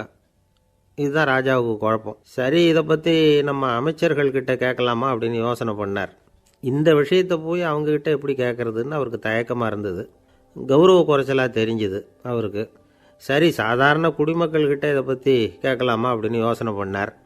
கேட்கலாம், ஆனால் அவங்க யாரும் ராஜா முன்னாடி வந்து நின்று தைரியமாக பேசக்கூடிய அளவுக்கு இல்லை. ராஜாவோட குழப்பம் நாளுக்கு நாள் அதிகமாக போச்சு. கடைசியாக அவர் ஒரு முடிவுக்கு வந்தார். அதாவது இதை பற்றி ஒரு பிச்சைக்காரங்கிட்டே கேட்டு பார்த்துட்டா என்ன. இதுதான் அவர் பண்ண முடிவு. உடனே மாறு வேஷம் போட்டுக்கிட்டு நகரவலம் போனார். ஒரு பிச்சைக்காரனை கண்டுபிடிச்சார். இதை பாருப்பா, நம்ம ராஜாவை எல்லாரும் பிச்சைக்கார ராஜான்னே சொல்கிறாங்களே, அதுக்கு என்ன காரணமாக இருக்கும் அப்படின்னு கேட்டார். அதுக்கு அவன் சொல்கிறான், இதுக்கான பதிலை இன்னும் ஒரு 30 நாளில் சொல்கிறேன் அப்படின்னா. உடனே இவருக்கு சந்தோஷம். உண்மையை அவங்ககிட்ட சொன்னார். நான் வேற யாரும் இல்லை, நான் தான் இந்த நாட்டு ராஜா. இப்போ நீ என் கூடவே வந்துரு, அரண்மனையிலேயே தங்கிக்கோ. 30 நாள் கழித்து எனக்கு பதில் சொல்லிவிட்டு அதுக்கப்புறமா நீ போகலாம் அப்படின்னு சொல்லி அழைச்சிட்டு வந்துட்டார். அரண்மனையில் ஒரு மூலையில் அவன் தங்கறதுக்கு இடம் கொடுத்தார். தினம் 2 வேளையும் இவனுக்கு சோறு போடுங்க அப்படின்னு உத்தரவு போட்டார். ராஜா கொடுத்த இடத்துல போய் உக்காந்துக்கிட்டான் அந்த பிச்சைக்காரன். தினமும் அந்த அரண்மனையில் நடக்கிறதையெல்லாம் கவனிச்சிக்கிட்டு வந்தான். வேளைக்கு சாப்பாடு வரும், சாப்பிட்டுக்கிட்டு இருக்கான். இப்படி 30 நாள் முடிஞ்சுது. ராஜா வந்தார். என்ன, என்னோட கேள்விக்கு பதில் என்னன்னு கண்டுபிடிச்சிட்டியான்னார். கண்டுபிடிச்சிட்டேன்னா. என்ன எல்லாரும் பிச்சைக்கார ராஜான்னு சொல்கிறாங்களே, அது நியாயமாக படுதா உனக்குன்னு கேட்டார். நியாயமாக தான் படுது, சந்தேகம் இல்லாமல் நீங்கள் பிச்சைக்கார ராஜா தான். என்ன தான் நீங்கள் வசதியோடவும் படைபலத்தோடவும் இருந்தால் கூட நீங்கள் எங்கள் வர்க்கத்தை சேர்ந்த ஆசாமி தான் அப்படின்னு அடித்து சொல்லிவிட்டான் அந்த ஆள். ஏனால் அப்படி சொல்கிறேன்னு கேட்டார் இவர். அரசே, ஒரு உண்மையை கண்டுபிடிச்சி சொல்கிறதா நான் உங்ககிட்ட சொன்னேன். நீங்கள் ராஜ பரம்பரைன்னா உடனே உங்கள் கழுத்தில் கிடக்கிற முத்து மாலையை கழட்டி பரிசாக கொடுத்துருப்பீங்க, பொன்னையும் மணியையும் கொடுத்துருப்பீங்க. ஆனால் நீங்கள் அப்படி செய்யலை. என்னை ஒரு மூலையில் உட்கார வச்சு 2 வேளை சோறு போட சொன்னீங்க. உங்களை தேடி யார் வந்தாலும், யார் வந்து பாராட்டி பேசினாலும் அல்லது பிரச்சனைகளை சொன்னாலும் நீங்கள் செய்கிற ஒரே காரியம் சோறு போடுறது தான். பிச்சைக்காரனுக்கு சோறு மட்டும்தான் உலகம். உங்கள் விஷயத்திலையும் நீங்கள் அப்படி தான் நினைக்கிறதாக தெரியுது. நல்லா கவனிங்க. எந்த ஒரு பிரச்சனைக்கும் சோறு தான் முடிவுன்னு நினைக்கிறீங்க பாருங்கள். நீங்கள் சந்தேகமில்லாத எங்களை சேர்ந்த ஆள் தான் அப்படின்னு விட்டான் அந்த பிச்சைக்காரன். அதுக்கப்புறம் தான் அந்த ராஜா தன்னுடைய தவறுகளையெல்லாம் தேர்த்திக்கிட்டாராம். பசின்னு வர்றவங்களுக்கு சோறு தான் போடணும், அது தப்பு இல்லை. பாராட்ட வர்றவங்களுக்கெல்லாம் சோத்தையே போட்டு அனுப்புனா இப்படி தான் பேர் வரும். எனக்கு தெரிஞ்ச ஒருத்தர் தினமும் யாராவது ஒருத்தரை தன் வீட்டுக்கு அழைச்சிட்டு போவார், சாப்பாடு போட்டு அனுப்புவார். முன்னறிவிப்பு இல்லாமல் திடீர்னு ஒரு விருந்தாளியோட வீட்டில் போய் இவர் நிற்கிறது வழக்கம். அந்த அம்மாவும் இவருக்காக தயார் பண்ணி வச்சுருந்ததை இவர் அழைச்சிட்டு வந்திருக்கிற விருந்தாளிக்கு போட்டுருவாங்க. விருந்தாளி சாப்பிட்டுட்டு போனதுக்கப்புறம் இவர் மனைவிகிட்ட உனக்கு சிரமம் வேணாம் அப்படின்னு சொல்லிவிட்டு பக்கத்தில் உள்ள ஒரு ஹோட்டலுக்கு போய் காசு கொடுத்து சாப்பிட்டுட்டு வந்துடுவார். பல நாள் இப்படி நடக்கும். ஒரு நாள் அவரை தனியாக கூப்பிட்டுக்கிட்டு போய் ஏன் இப்படி பண்ணுறீங்கன்னு கேட்டோம். அதுக்கு அவர் சொல்கிறாரு, எங்கள் வீட்டு சாப்பாட்டிலேருந்து தப்பிக்கிறதுக்கு எனக்கு வேறு வழி எதுவும் தெரியல சார், அதனால தான் இப்படி பண்ணிகிட்ருக்கிறேன் அப்படின்னார் ரொம்ப பரிதாபமாக. ஒருத்தன் எப்படி நடந்துக்கிறாங்கிறத வச்சு தான் அந்த ஆள் எப்படிங்கிறத நாம் முடிவு பண்ணுறோம். ஆளுமைன்னு சொல்கிறோம்ல, அதுக்கு சூழ்நிலைகளை ஆளுகின்ற தன்மை அப்படின்னு விளக்கம் கொடுக்குறார் ஒரு உளவியல் நிபுணர். சரி, ஒரு மனிதனுடைய ஆளுமையை உருவாக்குகிற விஷயங்கள் என்னென்ன? பிறப்பு, வளர்க்கப்பட்ட விதம், படிப்பு, நண்பர்கள், சமுதாயம், இப்படி நிறைய உண்டு. ஆளுமையின் அடிப்படையில் சில மனநோய்கள் உண்டாகுது. அதெல்லாம் என்னென்னங்கிறத தெரிஞ்சு வச்சுக்கிட்டோம்னா நம்ம கூட இருக்கிறவங்கள அடையாளம் கண்டுபிடிக்கிறதுக்கு அது ரொம்ப உபயோகமாக இருக்கும். ஃப்ரெனாய்டு ஆளுமை அப்படின்னு ஒன்று. இந்த கோளாறு உள்ளவங்க எப்படி இருப்பாங்க தெரியுமா? அதிக உணர்ச்சி, சந்தேகம், பொறாமை இதெல்லாம் அதிகமாக இருக்கும். வளைஞ்சு கொடுக்க மாட்டாங்க. அடுத்தவங்களோட இணக்கமான உறவு இருக்காது. அவங்க செய்கிற தப்புக்கெல்லாம் அடுத்தவங்களை குறை சொல்லிகிட்டு இருப்பாங்க. இது ஒரு ரகம். அடுத்தது ஸ்கிசாய்டு ஆளுமை அப்படின்னு சொல்கிறாங்க. இந்த கோளாறு உள்ளவங்க அடுத்தவங்களோட பழக கூச்சப்படுவாங்க. சின்ன வயசுலேயே இது ஆரம்பமாயிடுது. பகல் கனவுலேயே சஞ்சரிப்பாங்க. அவங்களுடைய விரோதம், கோபம் இதை கூட வெளியில் காட்டிக்க முடியாமல் இருப்பாங்க. இவங்களுக்கு அகமுகம், பிரச்சனைகள்லேருந்து ஒதுங்கி எதுலேயும் ஈடுபாடு இல்லாதவங்களாக இருப்பாங்க. இப்படி ஒரு ரகம். அடுத்தது சைக்ளோதமிக் ஆளுமை அப்படின்னு சொல்கிறாங்க. அது என்னென்னா, உணர்ச்சிகளில் ஏற்றத்தாழ்வு அதிகமாக இருக்குமா. சில சமயம் பார்த்தா மகிழ்ச்சியாக இருப்பாங்க, சில சமயம் சோகமாக உட்காந்துருப்பாங்க. அவங்க மனநிலைக்கு தகுந்த மாதிரி சமூக நிகழ்ச்சிகளில் பங்கெடுத்துக்குவாங்க. இன்னொரு வகை என்னென்னா எண்ணப்பீடிகை ஆளுமை அப்படின்னு பேர் வச்சுருக்கிறாங்க. அது இவங்களுக்கெல்லாம் கரெக்டாக இருக்கணும், எல்லாம் சட்டத்திட்டம், எதுலேயும் ஒரு ஒழுங்குமுறை, இப்படி எதிர்பார்க்குற மனோபாவம். இவங்க எதிர்பார்ப்புக்கும் வரன்முறைக்கும் மற்றவங்க கட்டுப்படணும்னு நினைப்பாங்க. இந்த நிலைமை நீடித்தா என்ன ஆகும் தெரியுமா? அலைக்கழிக்கிற எண்ணங்கள் திரும்ப திரும்ப ஒரே செயலை செய்ய தூண்டுற மனத்தளர்ச்சிக்கு ஆளாயிடுறாங்க. அடுத்தது ஹிஸ்டீரியா ஆளுமை. சின்ன விஷயத்தையெல்லாம் பெருசுப்படுத்தி நாடகமாக்குற நடிகர்கள் இவங்க. உணர்ச்சி அதிகம் உள்ளவங்க. இவங்க மன எழுச்சியில் பக்குவமின்மை, குழந்தைத்தனம், முதிர்ச்சியின்மை எல்லாம் இருக்கும். தன்னலம் மிக்க குணம். பிறர் தன்னை மட்டுமே கவனிக்கணும்னு நினச்சி செயல்படுறது, இதெல்லாம் இவங்க அடையாளம். அடுத்த ரகம் எப்படின்னா வளர்ச்சியற்ற ஆளுமைன்னு சொல்கிறாங்க. அடுத்தவங்களோட இணங்கி போக முடியாதவங்க. அறிவு, மன எழுச்சி, சமூக உறவு இதில் எல்லாம் போதுமான வளர்ச்சியையும் நிறைவையும் பெற முடியாதவங்க. இவங்களால வாழ்க்கையில் முன்னேற முடியாது. பிச்சைக்காரங்க, குற்றவாளிகள் இவங்ககிட்டெல்லாம் இது மாதிரியான ஆளுமை அதிகமாக இருக்குமா. அடுத்தது என்னென்னா சோர்வுடைய ஆளுமை. எதுலேயும் உற்சாகம் இல்லாமல் சோர்ந்து போயிருப்பாங்க. அதுக்கெல்லாம் நமக்கு வலிமை இல்லைப்பா அப்படின்னு சொல்லிகிட்டு இருப்பாங்க. சின்ன விஷயங்களுக்கெல்லாம் அதிர்ச்சி அடையிறது. வாழ்வின் சுவையை அனுபவிக்க முடியாதவங்க. இன்னொரு ரகம் இது கொதித்தெழும் ஆளுமைங்கிறாங்க. எதுக்கு எடுத்தாலும் ஆத்திரம், குரோதம், வன் செயல் இதிலெல்லாம் ஈடுபாடு இப்படி உள்ளவங்க. நத்தை வகை ஆளுமை அப்படின்னு ஒன்று. அடுத்தவங்க மேலே விரோதம் இருக்கும், அடிக்கணுங்கிற எண்ணம் இருக்கும். ஆனால் அதை அப்படியே வெளியில் காட்டாமல் அதே சமயம் அமைதியான முறையில் வெறுப்பை வெளிக்காட்டுற ரகம். இவங்கெல்லாம் பேசாமல் கம்முன்னு இருந்துக்கிட்டே நினச்சதை நிறைவேற்றிக்கிடுவாங்க. முன்ஜாக்கிரதை ஆளுமை அப்படின்னு ஒரு ரகமாக. பாதுகாப்பின்மை, சந்தேகம், முழுமையின்மை, அறவேக்காட்டுத்தனம் இந்த மனப்போக்கு அதிகமாக இருக்கிறதுனால அகம்பாவம், புடிவாதம், எச்சரிக்கை எல்லாம் அளவுக்கு மீறி இருக்கும். இதுவரைக்கும் நாம் பேசிக்கிட்டு இருந்த ஆளுமை பண்புகள் அளவுக்கு அதிகமாக போயிட்டுதுன்னா ஆளுமை கோளாறுகள் ஏற்படும். அதன் அடிப்படையில் மனவியாதிகள் வருமா.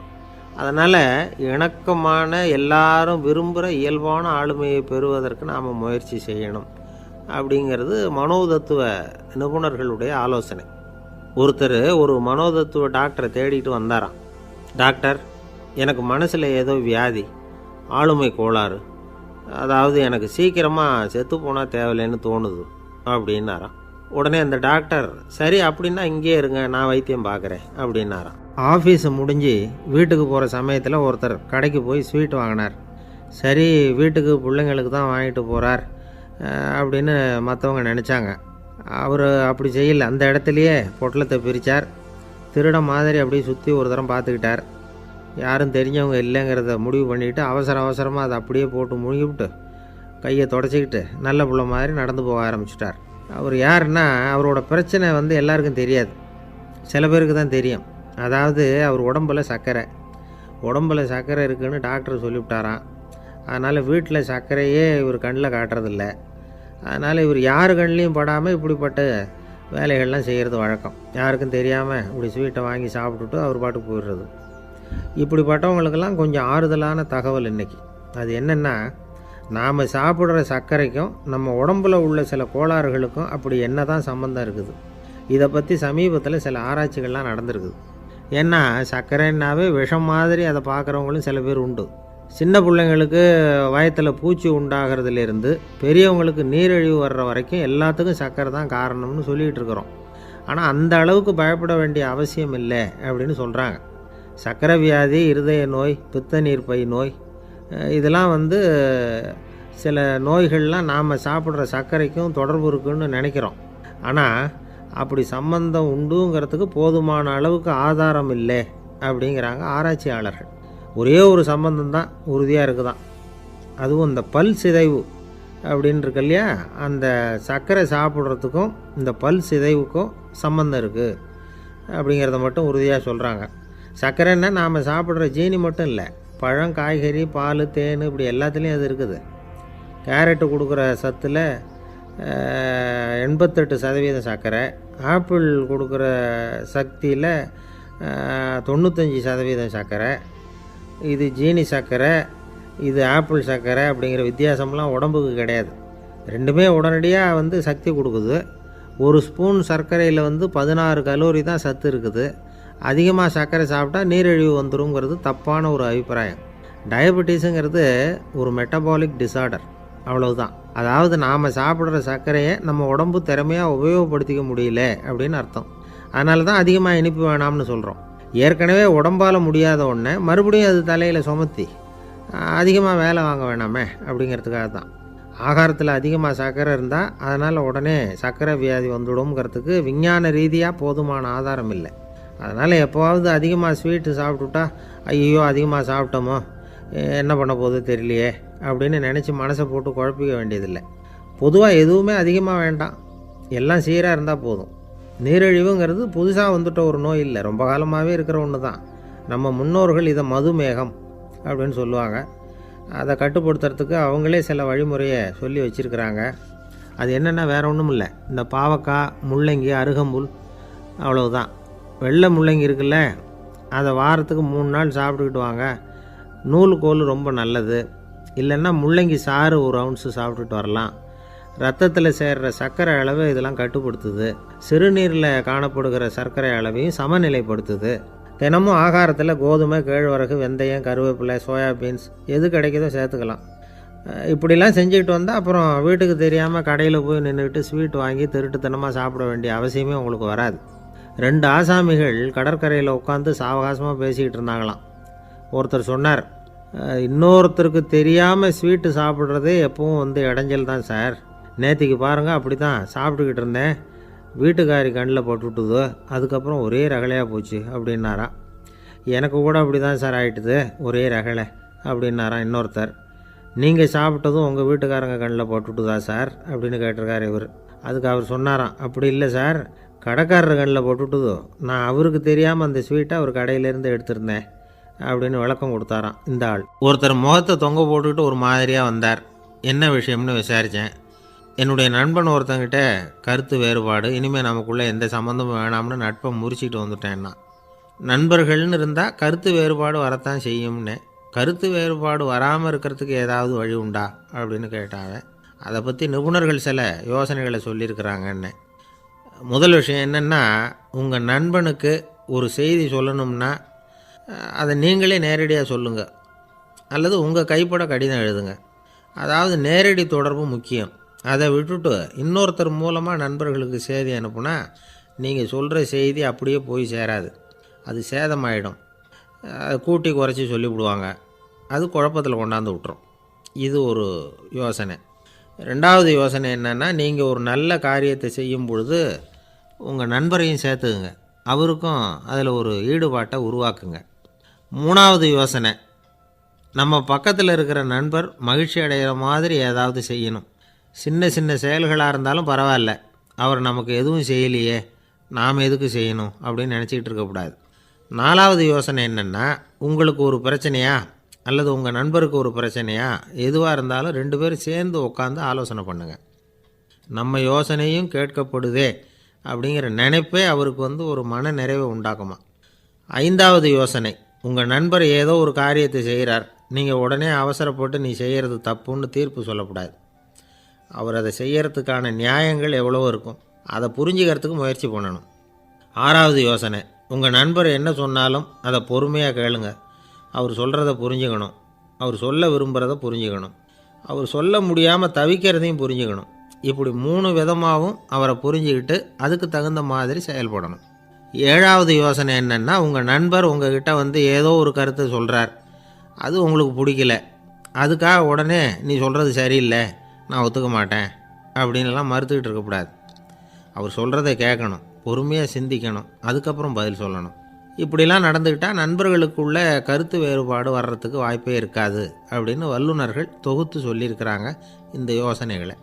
எனக்கு தெரிஞ்ச சில நண்பர்கள் உண்டு, அவங்களுக்குள்ளேயும் கருத்து வேறுபாடுகள் வராமல் இருக்கிறதுக்கு சில நுட்பங்களை கையாளுறது உண்டு. ஒருத்தர் சொன்னார், அந்த டாக்டர் சின்ன வயசுலேருந்து என் கூட பழகினவர், நாங்கள் 2 பேரும் இணை பிரியாத நண்பர்கள், இருந்தாலும் எனக்கு உடம்பு சரியில்லைன்னா நான் அவர்கிட்ட வைத்தியம் பார்த்துக்க மாட்டேன் அப்படின்னார் ஒருத்தர். ஏன் அப்படின்னு கேட்டேன். எங்கள் நட்பு கெட்டுப்போடக்கூடாது இல்லையா, அதனால தான் அப்படின்னார் இவர். ஒரு மனுஷனுக்கு 3 விதத்தில் கர்வம் உண்டாகிறதுக்கு வாய்ப்பு உண்டு. பணம், பதவி, புகழ். பணம் அதிகமாக வந்தால் கர்வம் வரலாம், பதவி பெருசாக வந்துட்டுதுன்னா கர்வம் வரலாம், புகழ் அதிகமாக போனாலும் கர்வம் வரலாம். இந்த 3 வகையான கர்வத்துக்கும் இடம் கொடுக்காமல் இருக்கிறாங்க பாருங்கள், அவங்க தான் சிறந்த மனிதர்கள். ஒரு பெரிய பொறுப்பில் இருக்கிறவங்களுக்கு கர்வம் வந்துடக்கூடாது. அப்படி வந்துட்டுதுன்னா அது எல்லாருக்கும் இடைஞ்சல். ஒரு ராஜா இருந்தார். அவர் ஒரு நாள் தன்னுடைய தலைநகரத்தை சுற்றி வந்துக்கிட்டு இருந்தார். ஒரு இடத்துல ஒரு அழகான நிலத்தை பார்த்தார். ஆஹா, இந்த இடத்துல நமக்குன்னு ஒரு மாளிகையை கட்டினா எவ்வளோ நல்லாயிருக்கும் அப்படின்னு நினச்சார். ராஜா நினச்சா அது முடியாத காரியமா? சரி, இந்த நிலம் யாருக்கு சொந்தம்னு விசாரிங்க அப்படின்னார் பக்கத்தில் இருந்தவங்கக்கிட்ட. அவங்கெல்லாம் ஓடி போய் விசாரித்தாங்க. அந்த இடம் ஒரு வயசான கிழவிக்கு சொந்தம், வயசான அம்மாவுக்கு சொந்தமாக. அந்த அம்மா தான் அதில் ஒரு குடிசையை போட்டு குடியிருந்துகிட்டு இருக்கிறாங்க. சரி, அந்த நிலத்துக்கு ஒரு விலையை நிர்ணயம் பண்ணி அதை அந்த வயசான அம்மாக்கிட்ட கொடுத்துருங்கோ அப்படின்னு உத்தரவு போட்டார் ராஜா. ஆனால் அந்த அம்மா, இது எங்கள் பூர்வீக இடம், இதை விற்க மாட்டேன் அப்படின்னு சொல்லிவிட்டுது. சரி, 2 பங்கு விலை கொடுக்குறோம்னு சொல்லி பாருங்க அப்படின்னாங்க. அப்படியே சொன்னாங்க அரண்மனை ஆட்கள். அதுக்கும் சம்மதிக்கலை அந்த அம்மா. இதை கேள்விப்பட்டதும் ராஜாவுக்கு கோபம் வந்துட்டுது. தன்னுடைய ஆளுங்களை கூப்பிட்டார். போய் அந்த குடிசையை பிரித்து எறிங்க, காசெல்லாம் ஒன்றும் கொடுக்காதீங்க அப்படின்னு கத்தினார். அவ்வளோதான். அடுத்த நிமிஷம் அரண்மனை ஆசாமிகள் போனாங்க, குடிசையை பிரித்து எரிஞ்சாங்க. அந்த வயசான அம்மா இருக்குது, அதுவும் அந்த இடத்த விட்டு துரத்தி விட்டாங்க. அந்த இடத்துல ஒரு அரச மாளிகையை கட்டி முடிச்சிட்டாங்க. அந்த வயசான அம்மா பாவம், ராஜாவே இப்படி பண்ணால் யார்கிட்ட போய் முறையிட முடியும்? ஒரு ஞானி இருந்தார், அவர்கிட்ட போய் சொன்னாங்க. அவர் இவங்க சொன்னதை கேட்டு மனசில் வச்சுக்கிட்டார். ஒரு நாள் அந்த ராஜாவே இந்த ஞானியை கூப்பிட்டார். புதுசாக ஒரு மாளிகை கட்டியிருக்கிறேன், வந்து பாருங்கன்னு. சரின்னு சொல்லி இந்த பெரியவர் ஒரு நாள் அந்த மாளிகைக்கு போனார். சும்மா போகல, ஒரு கழுதையையும் ஓட்டிகிட்டு போனார். கொஞ்சம் சாக்குகள், வெத்து சாக்கு, அதையும் எடுத்து கழுதை முதுகில் போட்டு கழுதையை ஓட்டிகிட்டு போகிறார். ராஜா பார்த்தார். அவருக்கு இது ஆச்சரியமாக இருந்தது. என்ன இது, மாளிகைக்கு வந்துட்டு போங்கன்னு கூப்பிட்டா கழுதை சாக்கு இதெல்லாம் கூப்பிட்டு வராரே, ஒன்றும் புரியலையேன்னு நினச்சார். எதுக்காக இதெல்லாம்னு கேட்டார்.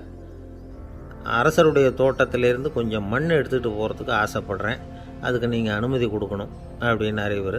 இது என்ன வேடிக்கையான கோரிக்கையாக இருக்குது அப்படின்னு நினச்சார் ராஜா. இருந்தாலும் மண் தானே கேட்குறாரு, எடுத்துகிட்டு போட்டுமே அப்படின்னு நினச்சார். சரின்னு அனுமதி கொடுத்தார். அந்த பெரியவர் தோட்டத்துக்கு போனார், மண்ணை வெட்டினார், சாக்கில் போட்டு நிரப்புனார். ராஜாவை கொஞ்சம் கிட்ட வாங்கன்னு கூப்பிட்டார். இந்த மண் மூட்டையை தூக்கி கழுதையோட முதுகில் வைக்கணும், கொஞ்சம் உதவி பண்ணுங்கன்னார். ஓ, பண்ணுறேனே அப்படின்னு சொல்லி ராஜா கிட்ட போனார். மூட்டையை தூக்கி பார்க்குறாரு, முடியல, திணறி போயிட்டார். இப்போ அந்த ஞானி பேசினாராம். அரசே, இந்த ஒரு சாக்கு மண்ணையே உங்களால் தூக்க முடியல, அந்த கிழவிகிட்ட இருந்து அந்த அக்கிரமமாக அபகரித்த இந்த தோட்டம் பூராவையும் சுமக்கணும்னு ஆசைப்படுறீங்களே, அது உங்களால் முடியுமா அப்படின்னு கேட்டாராம். ராஜா யோசனை பண்ண ஆரம்பித்தார். தன்னுடைய செயலுக்காக வருத்தப்பட்டாராம். அந்த வயசான அம்மாவை உடனடியாக வரவழைச்சார். தாயே, தப்பு பண்ணிட்டேன், என்னை மன்னிச்சுக்குங்க, இன்னையிலேருந்து இந்த மாளிகையும் தோட்டமும் உங்களுக்கு தான் சொந்தம் அப்படின்னு சொல்லிவிட்டாராம். போகிறப்ப இந்த உலகத்திலேருந்து எண்ணத்தை எடுத்துகிட்டு போக போகிறோம், அதனால் ரொம்பவும் அலட்டிக்க வேண்டியதில்லை, கர்வப்பட வேண்டியதில்லை அப்படிங்கிறது ஒரு பெரிய உபதேசம். ஒரு பெரிய மனுஷன் சாக கிடந்தார், ரொம்பவும் அழுதார். ஏன் அழறீங்க அப்படின்னு கேட்டாங்க சுற்றி இருந்தவங்க. நான் சாகிறதுக்காக கவலைப்படலை, நான் நம்ம ஜனங்களுக்காக எவ்வளவோ காரியம்லாம் செஞ்சுக்கிட்டு வந்தேன். நான் செஞ்சுக்கிட்டு வந்த சேவையை இனிமேல் யார் செய்ய போகிறாங்க, அது யாரால் முடியும், அதை நினச்சி தான் அழறேன் அப்படின்னாராம். ஒருத்தர் முன்னாடி வந்தார். அதுக்காக நீங்கள் கவலைப்படாதீங்க, உங்கள் சேவையை தொடர்ந்து செய்கிறதுக்கு என்ன மாதிரி இளைஞர் பட்டாலும் தயாராக இருக்குது, இருந்தாலும் எங்கள் கவலை என்னென்னா அப்படின்னு இழுத்தார். என்ன சொல்லுங்கன்னு கேட்டார் அவர். நீங்கள் இது வரைக்கும் என்ன சேவை செஞ்சுக்கிட்டு வந்தீங்க, அதுதான் எங்களுக்கு இன்னமும் புரியாத புதிராக இருக்குது அப்படின்னாராம் அவர். இந்த காலத்து புள்ள ஒருத்தன் தன்னோட அப்பாவை பார்த்து சொன்னான், அப்பா, நான் உனக்கு உதவி செய்யலாம்னு நினைக்கிறேன், என்ன உதவி செய்யணும்னு சொல்லு அப்படின்னா. நீ சும்மா இருந்தால் அதுவே எனக்கு செய்கிற பெரிய உதவிடா அப்படின்னார் அப்பா. சும்மா இருக்கிறதும் ஒரு உதவி தான், அது மாதிரி மௌனமும் ஒரு சமூக சேவை தான் அப்படிங்கிறார் காஞ்சி பெரியவர். நமக்கு 5 புலன்கள் இருக்குது, மெய், வாய், கண், மூக்கு, செவி. இந்த 5லேயும் அதிகப்படியான வேலை எதுக்குன்னு நினைக்கிறீங்க? வாய்க்கு தான். ஏன்னா அதுக்கு 2 வேலை. இப்போ கண்ணுக்கு பார்க்குறது மட்டும்தான் வேலை, காதுக்கு கேட்குறது மட்டும்தான் வேலை, மூக்குக்கு வாசனை அறியறது தான் வேலை, உடம்புக்கு உணர்றது மட்டும்தான் வேலை. ஆனால் வாய் அப்படி இல்லை, அதுக்கு 2 வேலை, சாப்பிட்றதும் அதுதான், பேசுகிறதும் அதுதான். அதாவது வாய் ஒன்று தான் கர்மேந்திரியமாகவும் இருக்குது, ஞானேந்திரியமாகவும் இருக்குது அப்படின்னு சொல்லுவாங்க. சாப்பாட்டில் உட்காந்தா எந்தெந்த ஆகாரம் என்னென்ன ருசின்னு அறிவிக்கிற வேலையும் செய்யுது. சபையில் உட்காந்தா பாடுறது, பேசுறது, சிரிக்கிறது, இது மாதிரியான வேலையும் செய்யுது. இன்னொரு வித்தியாசம், கண்ணு காது மூக்கெல்லாம் ஸ்ட்ரெயின் பண்ணிக்கிட்டு வேலை செய்கிறதில்ல. ஒரு ரோஜா பூ பார்த்தா உடனே மூக்கு அப்படியும் இப்படியும் அசைய ஆரம்பிக்கிறதில்ல. ஒரு சங்கீதத்தை கேட்ட உடனே காது ஆட ஆரம்பிக்காது. ஆனால் வாய் அப்படி இல்லை, அது பேசினாலும் சரி சாப்பிட்டாலும் சரி அசைஞ்சு தான் ஆகணும். ஆக மற்றதை விட வாய்க்கு வேலை ஜாஸ்தின்னு தெரியுது. சாப்பிட்றது பேசுறது அப்படின்னு 2 காரியம் அதுக்கு. இப்படி 2 காரியம் இருக்கிறதுனால அது 2ஐயும் பாதியாக குறைச்சிக்கணுங்கிறது கடவுள் அபிப்பிராயமாக இருக்கணும் அப்படிங்கிறார் காஞ்சி பெரியவர். ஆனால் இப்போ நாம் அப்படியே நடந்துக்கிறோம், அதுக்கு நேர்மாறாக நடந்துக்கிறோம். நாம் சாப்பிட்றது தான் அதிகம், பேசுகிறது தான் அதிகம். 2 வேலையையும் தேவைக்கு அதிகமாகவே செய்கிறோம். வாய் தான் ரொம்ப ஓவர் ஒர்க்குடு. அதுக்கு ஓய்வு கொடுத்தா உடம்பும் நல்லாயிருக்கும், உலகமும் நல்லாயிருக்கும். மௌன விரதம் இருக்கிறதெல்லாம் எதுக்காக நினைக்கிறீங்க? இதுக்காக தான். இந்த காலத்தில் மௌனமாக இருக்கிறவங்கெல்லாம் மகத்தான தொண்டு செய்கிறாங்க அப்படின்னு தான் சொல்லணும். சத்தம் அதிகமாக போய் தான் சவுண்டு பொல்யூஷன் வருது.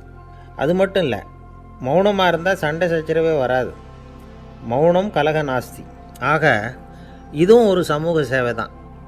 நமக்கு தான் வாய் இருக்குதேங்கிறதுக்காக வசமாக சாப்பிட்றதும் தப்பு, வளவளன்னு பேசுகிறதும் தப்பு. ஒரு கருத்தை சொல்கிறதுக்கு ஒரே ஒரு சொல்லு போதும் அப்படின்னு இருக்கும்பொழுது 2 சொற்களை செலவு பண்ணாதே. எவ்வளவு சொன்னாலும் அதனால் ஒரு பயனும் விளையாது அப்படின்னு தெரிய வருமேயானால் அந்த ஒரு சொல்லையும் விரயம் பண்ணாதே அப்படிங்கிறார் ஒரு அறிஞர். எல்லா குணங்கள்லேயும் மௌனம்தான் சிறந்தது அப்படிங்கிறார் ஒருத்தர். மௌனமாக இருக்கிறது மூலமாக மற்றவர்கள் குறைகளை நம்மளால் தெரிஞ்சிக்க முடியும். அதே சமயத்தில் நம்மக்கிட்ட இருக்கிற குறைகளை மற்றவங்களுக்கு தெரியாமல் மறைச்சிக்கவும் முடியுங்கிறார் அவர். உண்மைதானே? ஒரு பெரிய மேடை பேச்சாளர், பொது வாழ்க்கையில் 25 வருஷ காலமாக ஈடுபட்டிருக்கிறவர். அவர் மனைவி ஒரு நாள் சொன்னாங்க, எங்கள் வீட்டுக்காரர் 25 வருஷ காலமாக பொது வாழ்வில் ஈடுபட்டிருந்தா கூட இந்த மாதம் 10ஆம் தேதியிலேருந்து தான் மக்களுக்கு சேவை செய்ய ஆரம்பிச்சிருக்கார் அப்படின்னு நாங்கள் ரொம்ப பெருமையாக. 10ஆம் தேதிக்கு அப்படி என்ன விசேஷம் அப்படின்னு கேட்டோம். அன்னையிலேருந்து தான் அவர் மேடையில் பேசுகிறத நிறுத்தினார் அப்படின்னாங்க அந்த அம்மா. ஒரு நண்பர் அவசரமாக என்கிட்ட ஓடி வந்தார். அப்புறம் சொன்னார், என்னால் நம்பவே முடியல சார், என் பையனை அப்படி அப்படின்னு சொல்லி ஆச்சரியப்பட்டார். உங்கள் பையன் அப்படி என்ன தான் செஞ்சுட்டான் அப்படின்னு கேட்டேன். என்னால் முடியாத ஒரு காரியத்தை அவன் செஞ்சுட்டான் சார் அப்படின்னார். அது என்னன்னு தான் சொல்லுங்களேன். என்ன 5ஆவது வகுப்பில் அவன் ஒரே தடவையில் தேறிட்டான் சார், அதாவது ஒரே அட்டம்ப்டில் பாஸ் ஆகிருக்கான் அப்படின்னார் மூச்சு வாங்க. கஷ்டப்பட்டு பரீட்சை எழுதுனது அவன், இவருக்கு ஏன் மூச்சு வாங்குது?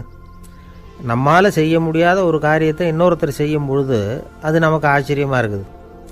சர்க்கஸ் பார்க்குறோம், ஒருத்தர் அந்த இடத்துல தொங்குறார், அது நமக்கு ஆச்சரியம். ஏன்னா அது நம்மால் முடியாத காரியம். நம்மால் முடியாத ஒன்றை அடுத்தவர் எளிதாக செய்யும் பொழுது நாம் மருள்வது இயற்கை. இதை தான் தொல்காப்பியம் மருட்கை அப்படின்னு சொல்லுது. இந்த வியப்பு இருக்குதே, இது 4 வகையில் ஏற்படுறதாக தொல்காப்பியம் சொல்லுது. அது என்ன 4 வகை? முதல் வகை எப்படின்னா புதுமையான அரிய செயல்களை செய்கிறது. 2வது வகை என்னென்னா பெரும் செயல்களை செய்கிறது. 3வது வகை என்னென்னா மிக நுட்பமான செயல்களை செய்கிறது. 4வது வகை என்னென்னா ஆக்கம் தரும் செயல்களை செய்கிறது. புதுமை, பெருமை, சிறுமை, ஆக்கமோடு மதினம் சாலா மருட்கை 4 அப்படிங்கிறது தொல்காப்பியம். இன்றைக்கி விஞ்ஞானம் புதுசு புதுசாக எதையோ கண்டுபிடிக்குது. ஆரம்பத்தில் அது ஆச்சரியமாக இருக்குது, அப்புறம் அது நமக்கு பழகி போடுது. வானொலி பெட்டி புதுசாக வந்தப்போ ஒரு பெட்டி பேசுதுங்கிறது எவ்வளோ பெரிய ஆச்சரியம். இப்போ யாரும் அதை ஆச்சரியமாக பார்க்கறதில்ல. மதினம் சாலா மருட்கை அப்படின்னு ஒரு சொற்றொடர் வருது பாருங்க, அதில் கருத்தாழம் உண்டு. எதை பற்றியும் போதுமான அளவு புரிந்து கொள்ளாத போது ஒருத்தர் ஆச்சரியப்படுறார். புரிந்து கொண்ட பிறகு ஆச்சரியம் மறைஞ்சு போடுது. மிக நுட்பமான செயல்களும் நம்ம ஆச்சரியப்பட வைக்கும். ஒரு அரிசியில் ஒரு திருக்குறள் எழுதி காட்டுறாங்க, ஒரு முட்டை ஓட்டுக்குள்ளே ஓவியம் தீட்டி காட்டுறாங்க. கருங்கல் சிற்பங்களில் எவ்வளவு நுட்பமான வேலைப்பாடுகளை எல்லாம் பார்த்து ஆச்சரியப்படுறோம். இது மாதிரி ஆக்கப்பூர்வமான அரிய செயல்களை செய்கிறது கூட வியப்பை உண்டு பண்ணும். குப்பை கூலங்களை கூட வாழ்க்கைக்கு பயன்படுகிற பொருளாக மாற்றுகிறவர்கள் இருக்காங்க, அவர்களுடைய செயல் வியப்பு அளிக்குது. இடைக்காட்டு சித்தர் பாடின 30 நூலில் வர்ற ஒரு பாடல், ஆற்றல் பிறர் அறிதலின் அகம் கிளர்வு உறுதலின் கற்று அறி பாணர் கழுமிய கோடலின் தோற்றம் உருகவே போற்றல் சால் வியப்பே. ஒருத்தருடைய ஆற்றல் தெரியாமல் இருந்தது, அவருடைய அரிய செயலை பார்க்கும் பொழுது வியப்பாக இருந்தது, மனசுக்குள்ள கிளர்ச்சி. பாவலர்கள் இவர்களுடைய புகழை பாடி மற்றவர்களும் தெரிந்து கொள்ளுமாறு செய்கிறார்கள் அப்படிங்கிறது தான் ஒரு யதார்த்தமான உண்மை. ஆக எல்லா வகையிலும் மக்கள் தங்களுடைய வாழ்க்கையில் முன்னேறுவதற்கான வழிகாட்டுகிற ஒரு மெய்ப்பாடு தான் வியப்புங்கிறது. இந்த காலத்தில் நம்ம எப்படியெல்லாம் ஆச்சரியப்பட வைக்கிறாங்க. ஒரு ஆளை பிடிச்சி ஜெயிலில் கொண்டு வந்தாங்க. ஜெயில் அதிகாரி அவனை ரொம்ப ஆச்சரியமாக பார்த்தாரான். இவன் கேட்டான், ஏன் சார் அப்படி பார்க்குறீங்க, நான் இப்போ இங்கே வர்றது உங்களுக்கு ஆச்சரியமாக இருக்குதா அப்படின்னு கேட்டிருக்கான். இதுக்கு ஜெயில் அதிகாரி சொல்லியிருக்கார், நீ இப்போ இங்கே வந்ததில் எனக்கு ஒன்றும் ஆச்சரியம் இல்லைப்பா, ஏற்கனவே நீ இங்கேருந்து விடுதலையாகி போய் 6 மாதம் ஆச்சு, இவ்வளவு லேட்டாக வர்றியே அதுதான் எனக்கு ஆச்சரியமாக இருக்குது அப்படின்னாராம். ஒருத்தர் ஒரு தவறு செஞ்சு விடுறாருன்னு வச்சுக்கோங்க, உடனே நீ செஞ்சது தவறு அப்படின்னு சொல்கிறது ஒரு வகை. அதுக்கு பதிலாக எது சரின்னு அவர் புரிந்து கொள்ள உதவி செய்கிறது இன்னொரு வகை. இந்த 2வது வகை இருக்குது பாருங்கள், நிர்வாக இயலில் இது ரொம்ப முக்கியம். அலுவலகத்தில் வேலை பார்க்குற ஒருத்தர் முக்கியமாக தெரிஞ்சுக்க வேண்டியது என்ன தெரியுமா? சக ஊழியர்கள்கிட்ட எப்படி பழகணும், மேலதிகாரிகள்கிட்ட எப்படி பழகணும், தனக்கு கீழே வேலை செய்கிறவங்கக்கிட்ட எப்படி பழகணும், வாடிக்கையாளர்கள்கிட்ட எப்படி பழகணும், இவங்க எல்லார்கிட்டையும் செம்மையான உறவை ஏற்படுத்திக்கிறது எப்படி, இதையெல்லாம் சொல்லிக் கொடுக்குற பாடம் தான் இன்டர் பர்சனல் ஸ்கில், திறமையான உறவு அப்படிங்கிறது. எந்த வேலையில் இருந்தாலும் சரி, இந்த உறவுகளை வளர்க்கும் திறன் உள்ளவங்க சீக்கிரம் முன்னுக்கு வந்துடுறாங்க. மற்றவங்க கிட்ட உறவை பலப்படுத்திக்கிறது எப்படி அப்படின்னு தெரிஞ்சுக்கிட்டோம்னா எந்த ஒரு தடையையும் சுலபமாக தாண்டி செய்கிற தொழிலில் முன்னுக்கு வந்துடலாம். ஹார்வர்டு பல்கலைக்கழகத்தில் ஒரு கணக்கெடுப்பு பண்ணி பார்த்தாங்களாம். பார்க்குற வேலையில் எது மாதிரி குணாதிசயம் உள்ளவங்க வேகமாக முன்னுக்கு வர்றாங்க அப்படின்னு தெரிஞ்சுக்கிறதுக்காக இந்த கணக்கெடுப்பு. வெவ்வேறு துறையில் வேகமாக முன்னுக்கு வந்திருக்கிற பல பேரை சந்தித்து இந்த சர்வேயை நடத்தியிருக்கிறாங்க. அவங்க கண்டுபிடிச்சி சொல்லியிருக்கிற உண்மை என்ன தெரியுமா? ஒருத்தர் ஒரு வேலையில் இருந்தால் அது சம்பந்தப்பட்ட சப்ஜெக்ட் பற்றிய அறிவு 35% இருந்தால் போதுமா. ஆனால் உறவுகளை வளர்க்கக்கூடிய திறன், இன்டர் பர்சனல் ஸ்கில்லு 65% வேணும். இப்படி உள்ளவங்க சீக்கிரம் முன்னுக்கு வந்துடுறாங்களாம். அதனால் ஒருத்தருக்கு வேலை சரியாக புரியலைன்னா கூட விவரமாக மற்றவங்கக்கிட்ட பழகிறது எப்படின்னு புரிஞ்சால் போதும், அவர் முன்னுக்கு வந்துடலாம். அலுவலகங்களில் மட்டும் இல்லை, எல்லா இடங்கள்லேயும் இது ரொம்ப முக்கியம். வீட்டுக்குள்ளேயும் இது ரொம்ப முக்கியம், வீட்டுக்கு வெளியேயும் இது முக்கியம். அடுத்தவங்கக்கிட்ட பழகிறது எப்படிங்கிறத தெரிஞ்சிக்காதவன் வாழ்க்கையில் முன்னேற முடியாது. இன்றைக்கி ஆயுதங்களால் காயப்படுத்தி கொள்ளுகிறவர்களை விட வார்த்தைகளால் காயப்படுத்தி கொள்ளுகிறவர்கள் தான் அதிகம். பெரியவங்க என்ன சொல்கிறாங்க தெரியுமா?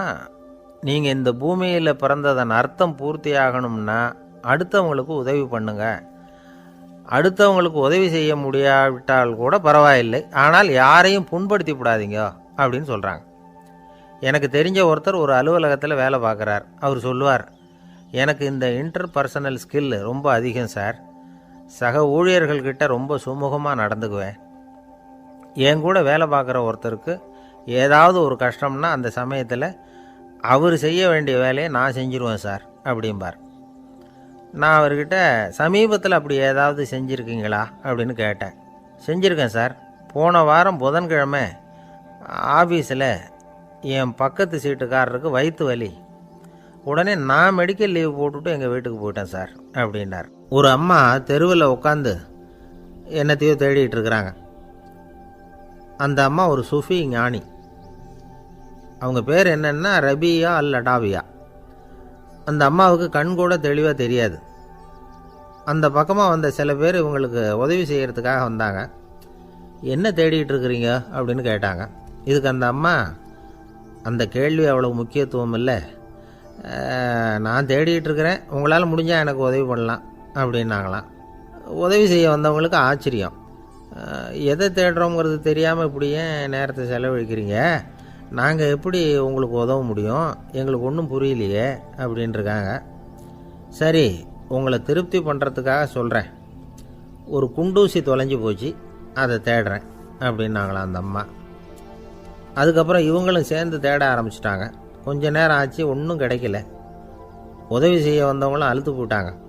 அப்புறம் கேட்டாங்க, பாருங்கம்மா, இது ரொம்பவும் பெரிய தெரு, அகலமான தெரு, அதனால் குறிப்பாக நீங்கள் எந்த இடத்துல அந்த குண்டூசியை தொலைச்சிங்க அதை சொல்ல முடியுமான்னாங்களாம்.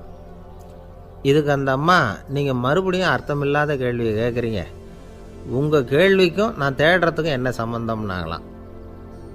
இதை கேட்டதும் அவங்க ஒரு மாதிரி ஆயிட்டாங்க. என்னம்மா நீங்கள் பைத்தியம் மாதிரி பேசுகிறீங்க அப்படின்னாங்களாம். சரி, உங்களை மறுபடியும் திருப்திப்படுத்துறதுக்காக சொல்கிறேன். அதை நான் எங்கள் வீட்டில் தொலைச்சுட்டேன் அப்படின்னாங்களாம். அப்புறம் எதுக்காக இங்கே தேடிட்டு இருக்கிறீங்க அப்படின்னு கேட்டிருக்காங்க. ஏன்னா இங்கே தான் வெளிச்சம் அதிகமாக இருக்குது, அங்கே வீட்டுக்குள்ளே இருட்டாக இருக்குது, அதனால் இங்கே தேடுறேன். வெளிச்சம் உள்ள இடத்துல தானே தேட முடியும் அப்படின்னாங்களாம் அந்த ஞானி. இந்த கதைக்கு என்ன அர்த்தங்கிறத பெரியவங்க சொல்கிறாங்க. அதாவது இந்த தேடுதல்ங்கிறது ஒரு வியாதி. அது நம்ம சதா அலைய வைக்கும், பைத்தியமாக மாற்றுறதுக்கு முயற்சி பண்ணோம். ஒரு காலம் அது நிறைவு அடையவே அடையாது.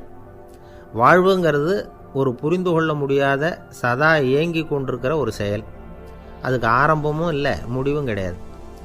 எதையோ தேடணும் அப்படிங்கிற உந்துதல் நமக்குள்ளே இருக்கும். ஆனால் குறிப்பாக எதை தேடிட்டு இருக்கிறோம் அப்படிங்கிறது புரியாது. அப்படி ஏதாவது ஒன்றை தேடி அடைஞ்சிடுறோம்னு வச்சுக்கோங்க, உடனே ஒரு அதிருப்தி வந்துடும்.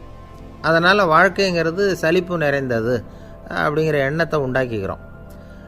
ஒன்று அடைஞ்சதுக்கு அப்புறம் இன்னொன்று தேட ஆரம்பிச்சிருவோம். ஆக இந்த தேடல்ங்கிறது நாம் ஒன்று அடைஞ்சாலும் அடையாவிட்டாலும் தொடர்ந்து நடந்துக்கிட்டு தான் இருக்கும். இதுக்கு முடிவே கிடையாது. இந்த உண்மையை நாம் நல்லா புரிஞ்சுக்கணும் அப்படிங்கிறது பெரியவங்களுடைய கருத்து. ஏழையும் தேடுறான், பணக்காரனும் தேடுறான், நோயாளியும் தேடுறான், நோய் இல்லாதவனும் தேடுறான், அதிகாரம் உள்ளவனும் தேடுறான், அதிகாரம் இல்லாதவனும் தேடுறான், முட்டாளும் தேடுறான், அறிவாளியும் தேடுறான். ஆனால் யாரும் இதை தான் தேடி சாதிக்க போகிறோம், இதுதான் முடிவு அப்படின்னு திட்டவட்டமாக சொன்னதில்லை. ஒன்று அடைஞ்சதும் இன்னொன்று தேட ஆரம்பிச்சிடுறாங்க, அவ்வளோதான். அதாவது உங்களின் தேடுபவர் உங்கள் உள்ளேதான் இருக்கிறார், அவரை தேடி கண்டுபிடியுங்கள். இதுதான் ஞானிகள் நமக்கு சொல்லுகிற ஒரு ஆலோசனை. நம்மால் ஒருத்தன் ஜெயிலில் இருந்தான். இன்னொரு கைதி அவனை பார்த்து கேட்டான், ஏன்பா உன்னை பார்க்குறதுக்கு வெளியிலேருந்து யாருமே இங்கே வர்றது இல்லையே, உனக்கு சொந்தக்காரங்களே கிடையாதா அப்படின்னு கேட்டானா. ஏன் இல்லை, எனக்கு சொந்தக்காரங்க நிறைய பேர் உண்டு, அவங்க என்னை பார்க்க வராததுக்கு காரணம் வேற அப்படின்ட்டுருக்கான் இவன். என்ன காரணம்னு கேட்டான் அவன். அதுக்கு இவன் சொன்னானா, அதுக்கு என்ன காரணம்னா அவங்க எல்லாரும் இங்கே உள்ளேயே இருக்கிறாங்க அப்படின்னானா. ஒரு சீன தேசத்து அரசர் இருந்தார். அவருக்கு வயசாயிட்டுது. அவருக்கு அடுத்தபடியாக அவருடைய புள்ள பட்டத்துக்கு வரணும், ஆட்சி பொறுப்பை ஏற்றுக்கணும். ஒரு நல்ல தலைவனுக்கு இருக்க வேண்டிய பண்புகள்லாம் தன்னுடைய மகனுக்கு இருக்கணும்னு விரும்பினார் அந்த அரசர். அதனால் இளவரசனை பக்கத்தில் இருந்த ஒரு குரு கிட்ட அனுப்புனார். இளவரசன் அவர்கிட்ட போய் சேர்ந்தான்.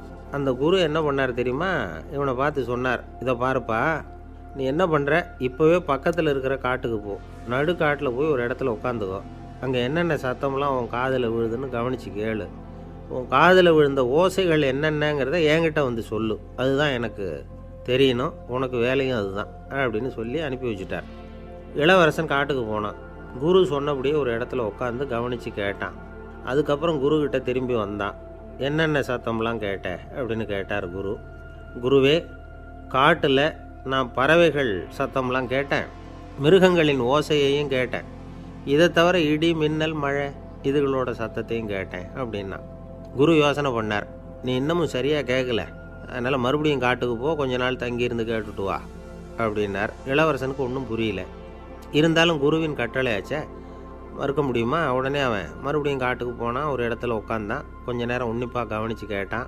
சில நாள் கழித்து குருக்கிட்ட திரும்பி வந்தான். குருவே, இந்த தடவை சில துல்லியமான சத்தங்களை எல்லாம் கேட்டான்.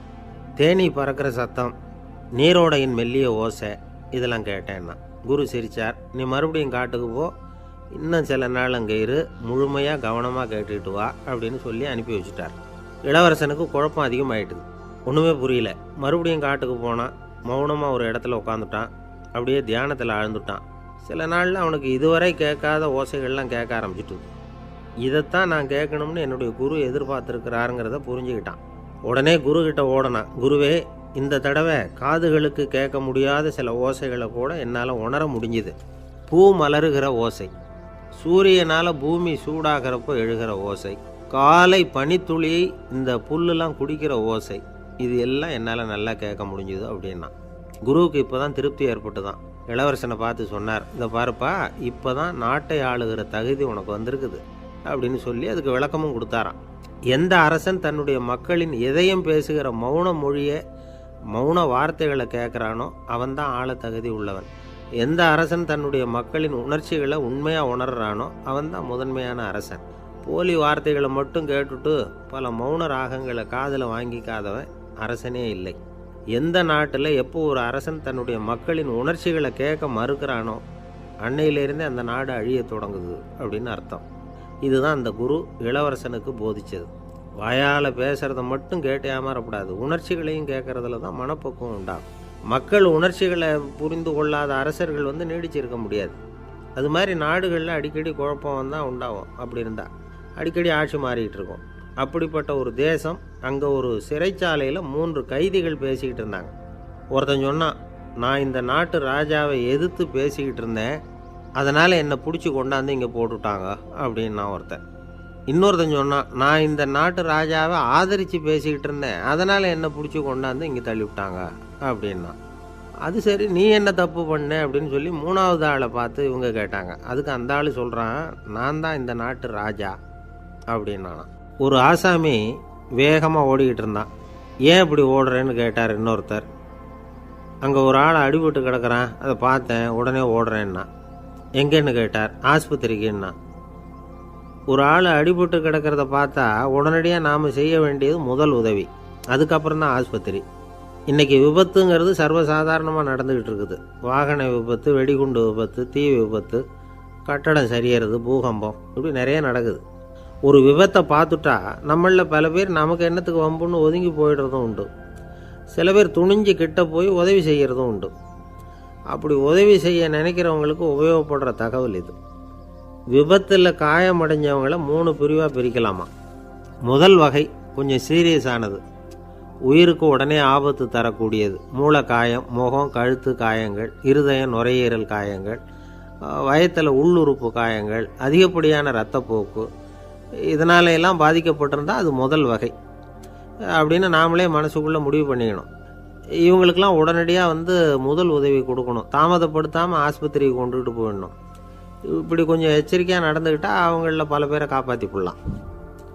2வது வகை எப்படின்னா, முதல் உதவி விரைவாக கிடைச்சா உயிர் பிழைக்கக்கூடிய மார்பு காயங்கள், கைகால் எலும்பு முறிவு, இடுப்பு முதுகெலும்பு காயம், சீரான இரத்த சேதம், இப்படிப்பட்டவங்களை 2வது வகையாக பிரிக்கணும். ஆபத்து இல்லாத சிராய்ப்புகள், சிறு காயங்கள், இரத்த உறைவுகள், இதனால் பாதிக்கப்படுறவங்க 3வது வகை. ஒருத்தர் தலையில் அடிபட்டு நினைவு விழுந்துட்டார்னு வச்சுங்க, அவருக்கு வாந்தி வர்றதுனால புறையேறி மூச்சு அடைப்பு உண்டாகும். இப்படி ஆகாமல் இருக்கிறதுக்காக தலையை ஒரு பக்கமாக சாய்ச்சி வைக்கலாம். நாடி துடிப்பையும் இதய துடிப்பையும் தொட்டு பார்க்கணும்.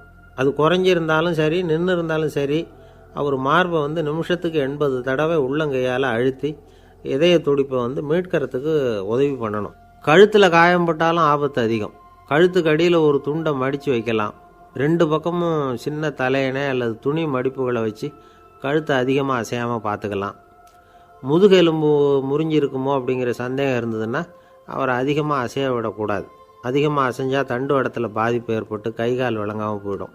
அவரை ஒரு கனமான போர்வை இல்லைன்னா பாயில் படுக்க வச்சு 4 பேர் மெதுவாக தூக்கி மருத்துவ உதவிக்கு அனுப்பி வைக்கலாம். கையெலும்பு முறிஞ்சிருந்தால் முறிஞ்ச பாகத்தை உடம்போடு சேர்த்து அசையாமல் கட்டி போடலாம். கால் எலும்பு முறிஞ்சிருந்தால் மற்ற காலோடு சேர்த்து கட்டி போடலாம். முறிஞ்ச பாகம் தொங்காமல் பார்த்துக்கணும், அப்போ தான் வீக்கம் உண்டாகாமல் இருக்கும். வெட்டு காயம், குண்டடிப்பட்ட காயம், இதிலெல்லாம் இரத்தப்போக்கு அதிகமாக இருக்கும். ரத்தம் வெளியேற ஆபத்து அதிகம். சுத்தமான துணியை பல மடிப்புகளை மடித்து காயத்தின் மேலே வச்சு அழுத்தமாக ஒரு 10 நிமிஷம் பிடிச்சிக்கணும். ரத்தம் நின்ன உடனே காயத்துக்கு கட்டு போடலாம். சில சமயம் காயம்பட்ட பாகத்தை உயரமாக தூக்கி பிடிச்சிக்கிட்டா தான் ரத்த கசிவு நிற்கும். இந்த விவரங்களையெல்லாம் கொஞ்சம் மனசில் வாங்கி வச்சுக்கிட்டோம்னா சமயத்தில் உதவும். ஏன்னா இந்த காலத்தில் விபத்து எந்த ரூபத்தில் எப்போ வரும்னு யூகிக்கவே முடியல.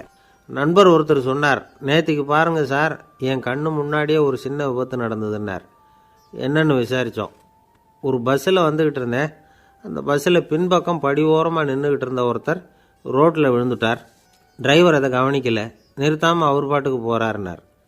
கண்டக்டர் உடனே விசில் கொடுத்து பஸ்ஸை நிறுத்த வேண்டியது தானே அப்படின்னோம். அதுதான் சார் முடியாமல் போச்சுன்னார் அவர். ஏன்னு கேட்டாங்க. தவறி கீழே விழுந்ததே அந்த கண்டக்டர் தான் சார் அப்படிங்கிறார். ஒரு நண்பர், அவர்கிட்ட பேசிக்கிட்டு இருந்தேன். மனித உறவுகள் பற்றி அவர் சொல்லிகிட்டு இருந்தார். அமெரிக்காவில் தந்தை மகன் உறவு எப்படி இருக்குது, அப்படிங்கிறத விளக்கிறதுக்கு அவர் ஒரு கதையை சொன்னார்.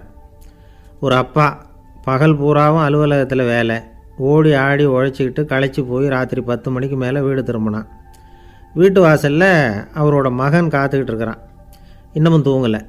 அப்பாவை வாசல்லையே தடுத்து நிறுத்தி, அப்பா உனக்கு சம்பளம் எவ்வளவு அப்படின்னு கேட்குறான். ஏற்கனவே ஆஃபீஸு பிரச்சனைகளால் அலுத்து போய் திரும்புகிற அப்பாவுக்கு கோவம் வந்துடுது. என்னடா இப்படிலாம் கேளுன்னு உங்கள் அம்மா உனக்கு சொல்லி கொடுத்தாளா அப்படின்னு சொல்லிவிட்டு உள்ளே போய் சட்டையை கட்டி மாட்டிவிட்டு குளிச்சுவிட்டு மறுபடியும் வெளியில் வந்து உடையை மாற்றுகிற சமயம் அப்போ மறுபடியும் மகன் உள்ளே வந்து நிற்கிறான் அவர் முன்னாடியே. அப்பா உனக்கு எவ்வளவு சம்பளங்கிறான் மறுபடியும். அப்பாவுக்கு எரிச்சல் அதிகமாகிட்டுது. மணிக்கு $20 போதுமா அப்படின்னார். அப்படின்னா எனக்கு ஒரு $10 தர முடியுமான்னா மகன். இதுக்கு தான் என் சம்பளம் எவ்வளவுன்னு கேட்டியா? 2ஆம் வகுப்பு படிக்கிற உனக்கு எதுக்குடா $10 அப்படின்னு கத்திவிட்டு தொலைக்காட்சி பெட்டியின் முன்னாடி போய் உட்காந்துக்கிட்டு ஏதோ நிகழ்ச்சியை பார்க்க ஆரம்பிச்சிட்டார். கொஞ்ச நேரம் கழித்து மறுபடியும் மகன் வந்து நிற்கிறான். அப்பா ப்ளீஸ் எனக்கு ஒரு $10 கொடுக்க முடியுமா? மகனுடைய கண்களில் கண்ணீர். என்னடா அவன் கண்ணீரை காட்டி காரியம் சாதிக்கலாம்னு பார்க்குறியா? ஒரு காசு கூட கொடுக்க மாட்டான் போ அப்படின்னு விரட்டி விட்டான். மகன் கண்ணீரை தொடச்சிக்கிட்டே கண்ணை தொடச்சிக்கிட்டு பேசாமல் போய் படுத்துக்கிட்டானா. கொஞ்ச நேரம் ஆச்சு. அப்பாவோட கோபம் கொஞ்சம் கொஞ்சமாக குறைஞ்சிது. பிள்ளைகிட்ட கோபமாக கத்துனது தப்பு தாங்கிறது புரிஞ்சுது அவனுக்கு. எழுந்திரிச்சு போனான், படுக்கை இறக்கி போனான். மகனை பார்த்தான். அவன் தலையணையை கட்டி பிடிச்சிக்கிட்டு அழுதுகிட்டு இருக்கிறான். அவனை மெல்ல நெருங்கி அவங்ககிட்ட எதமாக பேசுகிறதுக்கு ஆரம்பித்தானான். எதுக்குடா உனக்கு $10 பள்ளிக்கூடத்தில் கேட்டாங்களா அப்படின்னு கேட்டானான். மகன் சொல்லியிருக்கான், இல்லை டாடி, உனக்கு 1 மணி நேரம் சம்பளம் $20ன்னு சொன்னேன். நீ ஏற்கனவே எனக்கு கொடுத்த பாக்கெட் மணி $10 என்கிட்ட இருக்குது. இப்போ நீ இன்னொரு $10 கொடுத்தீங்கன்னா அதையும் சேர்த்து $20 ஆகிடும். அந்த $20 நான் உனக்கு கொடுத்துருவேன். அப்படி கொடுத்தா நீ என் கூட 1 மணி நேரம் செலவழிப்ப இல்லையா? அதுக்காக தான் $10 கேட்டேன் அப்படின்னு சொன்னானான். அந்த அப்பா கண்ணு கலங்கி போச்சான். ஆதரவோடு தன்னுடைய மகனை கட்டி பிடிச்சி அழ ஆரம்பிச்சிட்டாராம். இதுதான் நண்பர் சொன்ன கதை. அமெரிக்கா மட்டும் இல்லை, உலகம் பூராவும் இன்றைக்கி மனித உறவுகள் இப்படி தான் மாறிட்டு இருக்கு. பெரியவர்கள் அறிவுரை என்ன தெரியுமா? உங்கள் குழந்தைகளிடமிருந்து குழந்தை பருவத்தை பிரித்து விடாதீர்கள் அப்படிங்கிறது தான். அதாவது இன்றைய குழந்தைகள் தங்கள் பிருந்தாவனத்தை இழந்து விடுகிறார்கள் அப்படிங்கிறது அவங்களுடைய கருத்து. இந்த நிலைக்கு நாம் காரணமாக இருந்துடக்கூடாது.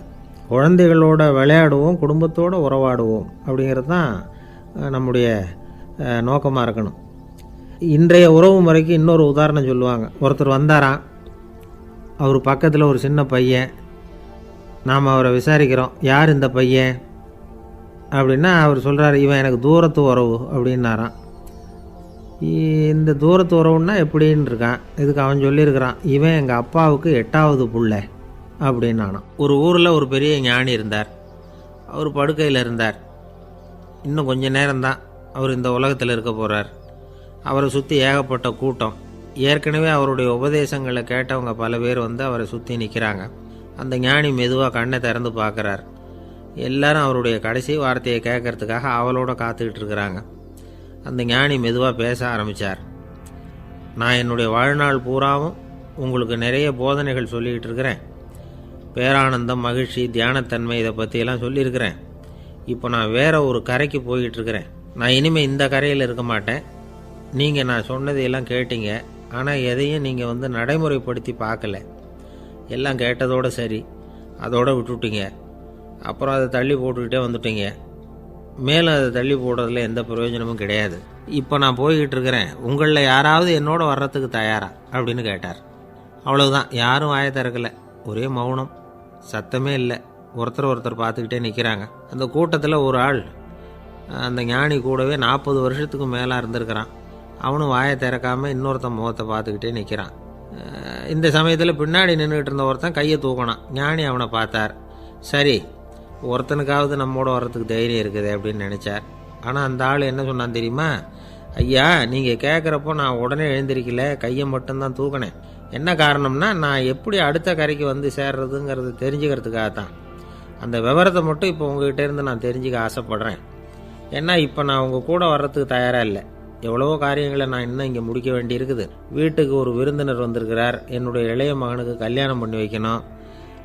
அதனால் இன்றைக்கி உங்கள் கூட வர முடியாது. அது மட்டும் இல்லை, இப்போ உங்கள் கூட அடுத்த கரைக்கு வந்தால் திரும்பி வர முடியாதுன்னு வேறு சொல்கிறீங்க. அதனால் இப்போ நான் வரல, இன்னொரு நாள் நிச்சயமாக நான் வர்றேங்க, வந்து உங்களை சந்திக்கிறேன். அதனால் இப்போ நீங்கள் இன்னொரு தடவை எங்களுக்கு விளக்கமாக சொல்லணும். ஏற்கனவே பல தடவை சொல்லியிருக்கிறீங்க, தயவு பண்ணி இப்போ ஒரு தடவை சொன்னீங்கன்னா சௌகரியமாக இருக்கும். அந்த அடுத்த கரையை அடையிறது எப்படி, இப்போ ஒரு தடவை அதை விளக்கமாக சொல்லிட்டிங்கன்னா நல்லா ஞாபகப்படுத்திக்குவேன். அது சரியான சமயம் வர்றப்போ இது எனக்கு உதவியாக இருக்கும் அப்படின்னு நானும். ஆனால் உண்மை என்ன தெரியுமா, அந்த சரியான சமயம் வரவே இல்லை அப்படிங்கிறது தான் உண்மை. இப்படி அந்த கதை முடியும். இந்த கதை அந்த ஒரு ஆளுக்கு மட்டும் இல்லை, கிட்டத்தட்ட எல்லாருக்குமே அது பொருந்தும் அப்படிங்கிறாங்க விவரம் தெரிஞ்சவங்க. எல்லாருமே அந்த சரியான தருணத்துக்காக தான் காத்துக்கிட்டு இருக்கிறாங்களாம். அதுக்காக ஜோசியம் பார்க்குறாங்க, கைரேகை பார்க்குறாங்க, நாளைக்கு என்ன நடக்குங்கிற ஆவலில் எல்லாரும் காத்துக்கிட்டு இருக்கிறாங்க. ஆனால் அந்த ஒரு நாள் ஒருபோதும் வரப்போகிறதில்ல. நீங்கள் தள்ளி போடுறதுக்காக பல அர்த்தமில்லாத காரணங்களை தேடுறீங்க அப்படிங்கிறார் ஒரு ஞானி. காத்திருக்கிறதுலேயே நம்ம காலம் ஓடி போயிடுது. ஏன்னா இன்றைக்கி நாம் சிந்திக்கிறது நாளைக்கு நாம் சிந்திக்கிறது இல்லை. ஒவ்வொரு நாளும் ஒவ்வொரு மாதிரி போயிடுது. நாளைக்கு மறுநாளை பற்றியே சிந்திக்கிறோம். இப்படியே அது பாட்டுக்கு போயிடும். கரையை தொட்டு பார்க்குறது எப்போ, இதுதான் கேள்வி. நமக்கு வேண்டியப்பட்ட ஒருத்தர் ஒரு ரயில்வே பிளாட்ஃபாரத்தில் நின்றுட்டு இருக்கிறார். அங்கே இருக்கிறவங்ககிட்ட கேட்குறாராம், விசாரிக்கிறார், ஏங்க கிழக்க போகிற ரயில் போயிட்டுதுங்களான்னாராம். போயிட்டுதுன்னு இருக்கிறாங்க. கொஞ்ச நேரம் கழித்து ஏங்க மேற்க போகிற ரயில் போயிட்டுதுங்களான்னு கேட்டிருக்காரு. போயிட்டுதுங்களான் இருக்காங்க. அப்புறம் கொஞ்ச நேரம் கழித்து மறுபடியும் ஏங்க 10:30 மணி வண்டி போயிட்டுதான்னு கேட்டிருக்காரு. தொடர்ந்து காலையிலேருந்து சாயந்தரம் வரைக்கும் இப்படி ஒரே இடத்துல நின்றுட்டு கேட்டுக்கிட்டே இருக்கிறார். இதை பார்த்துக்கிட்டு இருந்த ஒருத்தர் அவர்கிட்ட ஏங்க நீங்கள் எங்கே போகணும் அப்படின்னு கேட்டாராம்.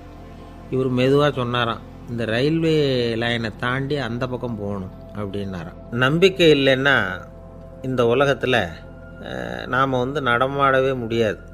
அவநம்பிக்கையோடு இருந்துக்கிட்டு இருந்தால் என்றைக்கும் அவஸ்தை தான். நாம் நம்புறது நடக்குதோ இல்லையோ அது வேறு விஷயம். ஆனால் எதையும் நம்பி தான் நாம் அடி வைக்க வேண்டியிருக்கு. வேறு ஒன்றும் வேணாம், ஒரு லாட்ரி சீட்டு வாங்குகிறோம், அது எங்கே நமக்கு விழப்போகுது அப்படிங்கிற அவநம்பிக்கையோடவா வாங்குகிறோம். பரிசு நமக்கு தான் அப்படிங்கிற நம்பிக்கை உள்ளூர இருக்கிறதுனால தான் அதை வாங்குகிறோம். இருந்தாலும் முடிவு வேறு மாதிரி ஆகிடுது. அதுக்காக மனசு சோர்ந்து போகிறதில்ல, அடுத்த மாதமும் சீட்டு வாங்குகிறோம். இந்த நம்பிக்கை தான் மனித வாழ்க்கைக்கு ஆதாரம். ஒரு கடையில் போய் டீ சாப்பிட்றீங்க, அந்த டீ நல்ல டீ தானா, அதில் விஷம் கலந்துருக்குமா அப்படிங்கிற சந்தேகம் வந்துட்டுதுன்னு வச்சுங்க. அதுக்கப்புறம் அதை எப்படி நீங்கள் சாப்பிட முடியும்? நம்பி தான் சாப்பிட்ணும்.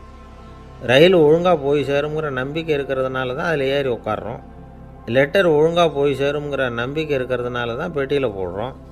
சரி, நம்ம கதையெல்லாம் நம்மளோட இருக்கட்டும்.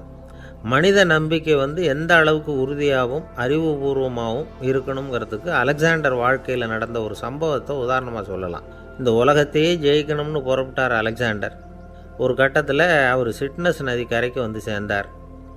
அந்த சமயத்தில் அவருக்கு கடுமையான நோய் வந்துட்டுது. அவர் கூடவே வந்திருந்த கிரேக்க வைத்தியர்கள் என்னென்னமோ முயற்சியெல்லாம் பண்ணி பார்த்தாங்க. இருந்தாலும் அலெக்சாண்டருக்கு வந்திருக்கிறது என்ன நோய்ங்கிறத அவங்களால கண்டுபிடிக்க முடியல. ஏன்னா அந்த பகுதியில் உள்ளவங்களுக்கு மட்டுமே அதிகமாக வரக்கூடிய ஒரு வினோதமான நோயாக இருந்தது அது. ஆனால் அவர் இருக்கிற இடம் எதிரியோட இடம், பாரசீக மன்னனோட ஆளுகைக்கு உட்பட்ட இடம். என்ன பண்ணுறது அப்படின்னு எல்லாரும் யோசனை பண்ணாங்க. பாரசீக மன்னனோட அரண்மனையில் இருக்கிற வைத்தியர் வந்தால் இந்த நோயை குணப்படுத்தி விடுவார் அப்படின்னு சொன்னாங்க. இருந்தாலும் எதிரியோட நாட்டில் இருக்கிற வைத்தியரை கூப்பிட்டு எப்படி நம்பி வைத்தியம் பார்க்க சொல்கிறது அப்படின்னு சொல்லி எல்லோரும் தயங்கினாங்க. ஆனால் அலெக்சாண்டர் தயங்கலை. பரவாயில்ல, அழைச்சிட்டு வாங்கன்னு விட்டார். உடனே அவரை போய் அழைச்சிட்டு வந்துட்டாங்க. அவர் வந்தார். அலெக்சாண்டர் உடம்பை பரிசோதனை பண்ணி பார்த்தார். சரி, இதை குணப்படுத்தி விடலாம், பயப்பட வேண்டியதில்லை. ஆனால் இதுக்கு ஒரு மூலிகை ரசம் தயார் பண்ணி கொடுக்கணும். நான் போய் அதை தயார் பண்ணிவிட்டு 2 நாளில் திரும்பி வந்துடுறேன் அப்படின்னு சொல்லிவிட்டு போனார் அந்த வைத்தியர். அதே மாதிரி 2 நாளில் திரும்பி வந்தார் மூலிகை ரசத்தோட. இதுக்கு இடையில் அலெக்சாண்டரோட தளபதிகளில் ஒருத்தர் ரகசியமாக ஒரு எச்சரிக்கை கடிதம் கொடுத்து அனுப்பியிருக்கிறான். அதை வாங்கி என்ன விஷயம்னு பார்த்தார். இப்போ உங்ககிட்ட வந்திருக்கிற எதிரி நாட்டு வைத்தியரை நம்பாதீங்க, அவன் கொண்டுகிட்டு வந்திருக்கிற மூலிகை ரசத்தில் விஷம் கலந்துருக்குது அப்படின்னு அதில் எழுதியிருக்கு. அதை பார்த்தார் அலெக்சாண்டர். இருந்தாலும் கொஞ்சம் கூட அலட்டிக்கலை. வைத்தியர் கொடுத்த மருந்தை வாங்கி கடகடன்னு குடிச்சுட்டு அதுக்கப்புறம் அந்த கடிதத்தில் இருந்த விஷயத்தை அந்த வைத்தியர்கிட்ட சொன்னார். வைத்தியர் திகைச்சு போயிட்டார். தன் மேலே அலெக்சாண்டர் வச்சிருக்கிற நம்பிக்கையை பார்த்து அவருக்கு ரொம்ப வியப்பு. வைத்தியர் உண்மையிலேயே நல்ல மருந்து தான் கொண்டுகிட்டு கொடுத்துருக்கிறார், அதில் விஷம்லாம் எதுவும் கலக்கலை. அதுக்கப்புறம் அலெக்சாண்டர் இந்த வைத்தியரை பார்த்து சொன்னாராம், நம்பிக்கைங்கிற அச்சாணியை ஆதாரமாக வச்சுக்கிட்டு தான் இந்த உலகம் சுற்றிக்கிட்டு இருக்குது. எனக்கு எதிரியாக இருந்தாலும் பாரசீக மன்னர் ரொம்ப பெரியவர். அப்பேற்பட்ட மன்னருடைய அரண்மனை வைத்தியர் தொழில் நேர்மை இல்லாதவராக இருக்க முடியாது, இருக்க மாட்டார். அப்படி இருந்தால் அவரை அரண்மனை வைத்தியராக வச்சிருக்கவே மாட்டாங்க அப்படின்னு நம்பினேன். என்னுடைய நம்பிக்கை வீண் போகலை அப்படின்னாராம். இதுதான் மானுட நம்பிக்கைங்கிறது. இந்த காலத்துலேயும் இது மாதிரி இந்த மானுட நம்பிக்கை ரொம்பவும் சாமர்த்தியமாக கையாளுகிற கெட்டிக்காரங்க சில பேர் இருக்கிறாங்க. இந்த காலத்து குரு, அவருக்கு ஒரு சிஷ்யன். குரு முன்னாடி அந்த சிஷ்யன் ரொம்ப பணிவாக நின்று, குருவே உங்கள் கையால் விஷத்தை கொடுத்தாலும் அதை வாங்கி மடமடன்னு குடிச்சிருவேன் அப்படின்னா. உன்னுடைய குரு பக்தியை மெச்சினேன் அப்படின்னார் குரு. அதுக்கு அந்த சிஷ்யன், அப்படி இல்லை குருவே, உங்ககிட்ட சிஷ்யனாக இருக்கிறத விட உங்கள் கையால் விஷத்தை வாங்கி குடிச்சு விடுறது ரொம்ப நல்லது, அதனால தான் அப்படி சொன்னேன் அப்படின்னா. ஒரு தீக்குச்சி தீப்பெட்டியை பார்த்து கேட்டுதான், நாம் 2 பேரும் தானே உரசிக்கிறோம், ஆனால் நான் மட்டும் தீ பிடிச்சி எரிஞ்சு போகிறேன், நீ அப்படியே இருக்கிறியே அப்படின்னு தான். அதுக்கு தீப்பெட்டி சொல்லியிருக்குது, உனக்கு தலையில் கணம் இருக்குது அதனால் அழிஞ்சு போகிற அப்படின்னு தான். எப்படி இருக்கு பாருங்கள் இந்த பதில். தலையில் கணம் உள்ளவங்க யாருமே சரியாக இருக்க முடியாது. எவ்வளவு பெரியவங்களாக இருந்தாலும் சரி, ரொம்ப கஷ்டம்தான் அது. கர்வம்ங்கிறது கூடவே கூடாது. இதை விளக்கிறதுக்கு மகான் ஒருத்தர் ஒரு சம்பவத்தை சொல்கிறார். அர்ஜுனன் தீர்த்த யாத்திரை பண்ணானா. அப்போது தென்னிந்தியாவுக்கு வந்திருக்கிறான். ராமேஸ்வரத்துக்கு போனப்போ அங்கே இலங்கைக்கு கல்லுலாம் அடுக்கி போடப்பட்டிருந்த பாலத்தை பார்த்தானா. ஒரு சின்ன குரங்கு அதுக்கு பக்கத்தில் விளையாடிக்கிட்டு இருந்திருக்கு. அதை பார்த்துட்டு அர்ஜுனன் சிரிச்சிருக்கான். ஏன் சிரிக்கிறேன்னு கேட்டிருக்கு அந்த குரங்கு.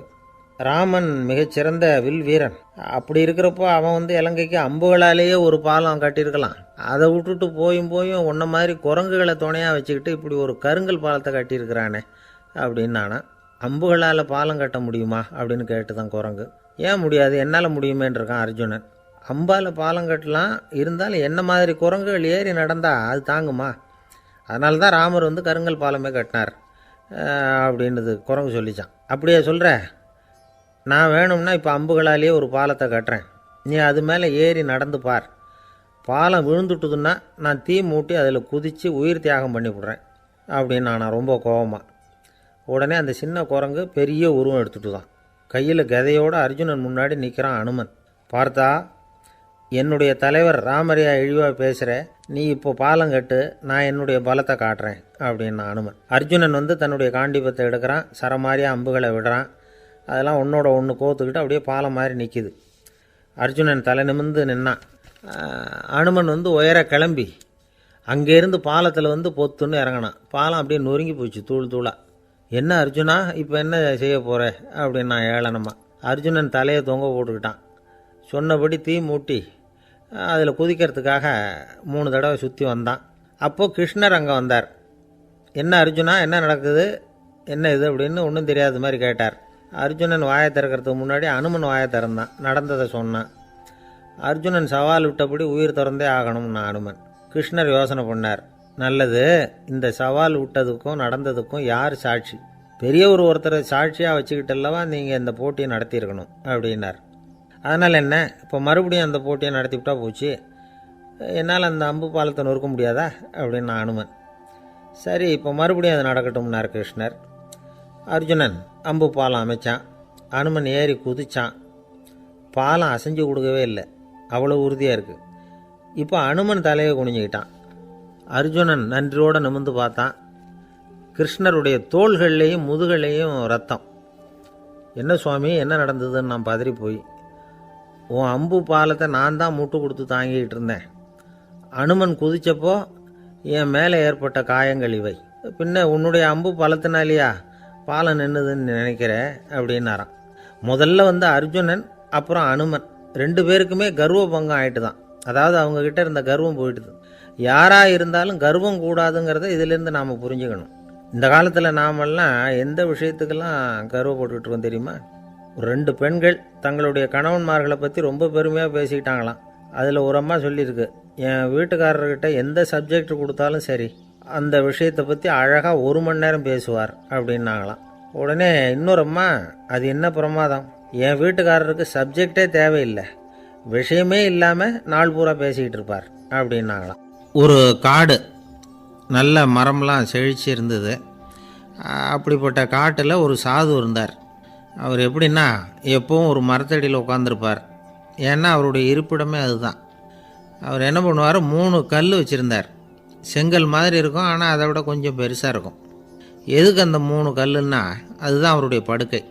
அதாவது தூங்குறப்ப ஒரு கல்லை தலைக்கு கீழே வச்சுக்குவார், இன்னொரு கல்லை இடுப்புக்கு கீழே வச்சுக்குவார், இன்னொரு கல்லை காலுக்கு கீழே வச்சுக்குவார். உடம்பை வந்து அப்படியே ஒரு தகட்டால் மூடிக்குவார், அப்படியே தூங்கி போடுவார். மழை பெய்யுதுன்னு வச்சுங்க, அவர் உடம்பு வந்து 3 கல் மேலே இருக்குதா, அதனால் தண்ணி வந்து அடியில் ஓடி போடும், உடம்பு நனையாது. மேலே தகடு இருக்கிறதுனால மழையும் உடம்புல படாது. அவர் தூக்கமும் கிடாது, நிம்மதியாக தூங்குவார். பகலில் அந்த 3 கல்லையும் ஒரு சேர ஒரு அடுப்பு மாதிரி வச்சு அது மேலே உட்காந்துக்குவார். அதனால் பாம்பு பூச்சி எதுவும் அவரை வந்து தொந்தரவு பண்ணுறதில்ல, அது பாட்டுக்கு நகர்ந்து போயிடும். அவர் பாட்டுக்கு நிம்மதியாக இருப்பார். யாராவது எதையாவது கொண்டுகிட்டு வந்து கொடுத்தா அதை வாங்கி சாப்பிடுவார், அவ்வளவுதான். ஒரு நாள் அந்த நாட்டு அரசன் காட்டுக்கு வேட்டையாட வந்தான். அந்த வழியாக வந்தப்போ இந்த சாது படுத்துருக்கிறத பார்த்தான், பரிதாபப்பட்டான். ஐயோ பாவம், இவர் இப்படி இந்த கல் மேலே உடம்பை வச்சுக்கிட்டு தூங்குறாரு, என்ன பாடுபடுவார், இவரை நாம் வந்து அரண்மனைக்கு அழைச்சிட்டு போய் சுகமாக நிம்மதியாக இருக்கிறதுக்கு வழி செஞ்சு கொடுப்போம், அது ரொம்ப நல்லாயிருக்கும் அப்படின்னு நினச்சான். அப்படி நினச்சிக்கிட்டே அரண்மனைக்கு வந்துட்டான். அதுக்கப்புறம் ஒரு பல்லக்கையும் 2 சேவகர்களையும் காட்டுக்கு அனுப்பி அந்த சாதுவை மெதுவாக இங்கே அழைச்சிட்டு வந்துடுங்க அப்படின்னு சொல்லி அனுப்பி வச்சான். இவங்க போய் அவர்கிட்ட விவரத்தை சொன்னாங்க. எனக்கு என்னத்துக்கு அரண்மனை வாசம் அப்படின்னார். இருந்தாலும் மன்னர் உத்தரவு, நீங்கள் அவசியம் வரணும் அப்படின்னாங்க இவங்க. சரின்னு சொல்லிவிட்டு வேறு வழி இல்லாமல் புறப்பட்டார். புறப்படும் பொழுது என்ன பண்ணார்னா, மறக்காமல் அந்த 3 கல் ஒரு தகடு அதையும் எடுத்து பல்லக்கில் வச்சுக்கிட்டார். என்னத்துக்கு இதையெல்லாம் எடுத்து வைக்கிறாரு அப்படின்னு சொல்லி அவங்க யோசனை பண்ணாங்க. இருந்தாலும் அதை பற்றி ஒன்றும் கேட்கல. பேசாமல் அவரை அழைச்சிட்டு போய் அரண்மனையில் விட்டுட்டாங்க. அரசன் ஓடி வந்தான், வரவேற்றான், அறுசுவை உணவு படைத்தான். அவர் படுக்கிறதுக்கு தங்க கட்டில், பட்டு மெத்தை, இப்படி எல்லாம் ஏற்பாடு பண்ணி வச்சான். இங்கே படுத்து ஓய்வு எடுத்துக்குங்க அப்படின்னு சொல்லிவிட்டு அவன் பாட்டு போயிட்டான். மறுநாள் காலையில் வந்து பார்க்குறான், சாது படுத்துருக்கிறார். எப்படி தெரியுமா, அந்த பட்டு மெத்தை மேலே 3 கல்லையும் வச்சு வழக்கம் போலவே அது மேலே படுத்துருக்கிறார், அதுக்கு மேலே தகடு. அரசன் பார்த்துட்டு அதிர்ச்சி ஆகிட்டான். என்ன சுவாமி இப்படி அப்படின்னா, சாது சொன்னார், எனக்கு வந்து தேவையும் இல்லை குறையும் இல்லை, எல்லா இடத்துலையும் எனக்கு ஒரே மகிழ்ச்சி தான் அப்படின்னார். மகிழ்ச்சிங்கிறது தங்க கட்டிலேயோ பட்டு மெத்தையிலேயோ இல்லை, அது வந்து மனசில் இருக்கிற ஒரு விஷயம். உண்மையான மகிழ்ச்சிக்கு வழி வந்து மனப்பக்குவம் அப்படிங்கிறது அந்த அரசனுக்கு புரிஞ்சுதான். இந்த காலத்தில் ஒரு சாமியார், அவரை தேடி ஒரு சீடன் வந்தான். என்னாச்சு தெரியுமா, சுவாமி எனக்கு நிம்மதி வேணும், அதுக்கு என்ன வழின்னு கேட்டான். சாமியார் நிமிர்ந்து பார்த்தார். அப்புறம் சொன்னார், நீ ஏகப்பட்ட பேர்கிட்ட கடன் வாங்கியிருக்கிற, அதையெல்லாம் திருப்பி கொடுத்தா தான் உனக்கு நிம்மதி கிடைக்கும்னார். இவனுக்கு ஆச்சரியம். அது எப்படி சாமி, அவ்வளவு கரெக்டாக நான் கடன் வாங்கினதை கண்டுபிடிச்சிங்க அப்படின்னா, உனக்கு கடன் கொடுத்து சாமியாராக போனதே நான் தான்ப்பா, அதனால தான் இந்த கதிக்கு வந்தேன், என்கிட்டே வந்து நிம்மதிக்கு வழி கேட்குறிய, அதுதான்டா வேதனை அப்படின்னாராம் அவர். ஒரு குரு, இளம் சீடர்கள் எதிரில் உட்காந்துருக்கிறாங்க. குரு பாடம் நடத்திக்கிட்டு இருக்கிறார். சீடர்களுக்கு ஒரு ஆசை, அதாவது ஒரு முக்கியமான மந்திரத்தை நம்ம குருநாதர்கிட்ட இருந்து கற்றுக்கணும் அப்படிங்கிறது அவங்க ஆசை. அது என்ன மந்திரம்னா, இறந்தவரை உயிர்ப்பிக்கக்கூடிய புனித மந்திரம், அதாவது செத்தவங்களுக்கு மீண்டும் உயிர் உண்டாக்குகிற மந்திரம். குருவே தயவு பண்ணி அந்த மந்திரத்தை எங்களுக்கு உபதேசிக்கணும் அப்படின்னு கேட்டாங்க. அது ரொம்ப ஆபத்தானது, அது என்னத்துக்கு உங்களுக்கு வேண்டாமேன்னாராம் குரு. எங்களுடைய நம்பிக்கை வந்து உறுதிப்படுறதுக்காகத்தான் கேட்குறோம், வேற ஒன்றும் இல்லை அப்படின்னு நாங்களாம் சீடர்கள். பக்குவப்படாத அறிவுங்கிறது ரொம்ப ஆபத்தானது அப்படின்னாராம் குரு. இது சீடர்களுக்கு புரியல. அது எப்படிங்க பக்குவப்படாத அறிவு ஆபத்தானதுன்னு சொல்கிறீங்க, அப்படின்னா என்ன அப்படின்னு கேட்டிருக்காங்க சீடர்கள். குரு அதுக்கு விளக்கம் கொடுத்தாராம். அந்த மந்திரத்தை எப்போ பயன்படுத்தணுங்கிறது முக்கியம், அதை அறியக்கூடிய ஞானம் ஏற்படுகிற வரைக்கும் அதை தெரிஞ்சுக்காமல் இருக்கிறது தான் நல்லது, இல்லைன்னா ஆபத்துன்னாராம். ஆனால் அந்த சீடர்கள் அதை கேட்குற மாதிரி இல்லை, ரொம்ப பிடிவாதம் பண்ண ஆரம்பிச்சிட்டாங்க. சரி வாங்க சொல்கிறேன்னார் குரு. எல்லோரும் வந்தாங்க. அந்த புனித மந்திரத்தை அவங்களுக்கு ரகசியமாக உபதேசம் பண்ணார். உபதேசம் பண்ணிவிட்டு அவங்களுக்கு எச்சரிக்கையும் கொடுத்தார். இந்த மந்திரத்தை நல்லா ஆராய்ச்சி பார்த்ததுக்கு அப்புறம்தான் உச்சரிக்கணும், அவசரப்பட்டு எதுவும் செஞ்சிடக்கூடாது. அப்படின்னு ஒரு தடவைக்கு பல தடவை எச்சரிக்கை கொடுத்தார். சரின்னு சொல்லிவிட்டு அவங்கெல்லாம் மந்திரத்தை கற்றுக்கிட்டு எழுந்திரிச்சு போயிட்டாங்க. ஒரு நாள் அந்த சீடர்கள் எல்லாம் மணற்பாங்கான இடத்துல அப்படியே நடந்து போயிட்டு இருக்கிறாங்க. ஒரு பாலைவன பகுதி மாதிரி ஒரு இடம். அங்கே ஒரு இடத்துல எலும்புகள் குவியலாக கிடந்தது. உடனே இந்த சீடர்கள் முன்ன பின்ன யோசிக்காமல், தியானமும் பண்ணாமல், அந்த மந்திரத்தோட பயனை சோதித்து பார்க்கணும் அப்படின்னு நினச்சிக்கிட்டு அந்த மந்திரத்தை உச்சரிக்க ஆரம்பிச்சிட்டாங்க. அவ்வளோதான். உடனே என்னாச்சு தெரியுமா? அந்த எலும்புகள் எல்லாம் ஓநாய்களாக மாறி அவங்கள துரத்த ஆரம்பிச்சிட்டுது. சீடர்கள் எல்லாம் தலைதெறிக்க ஓட ஆரம்பிச்சிட்டாங்க. ஓநாய்களும்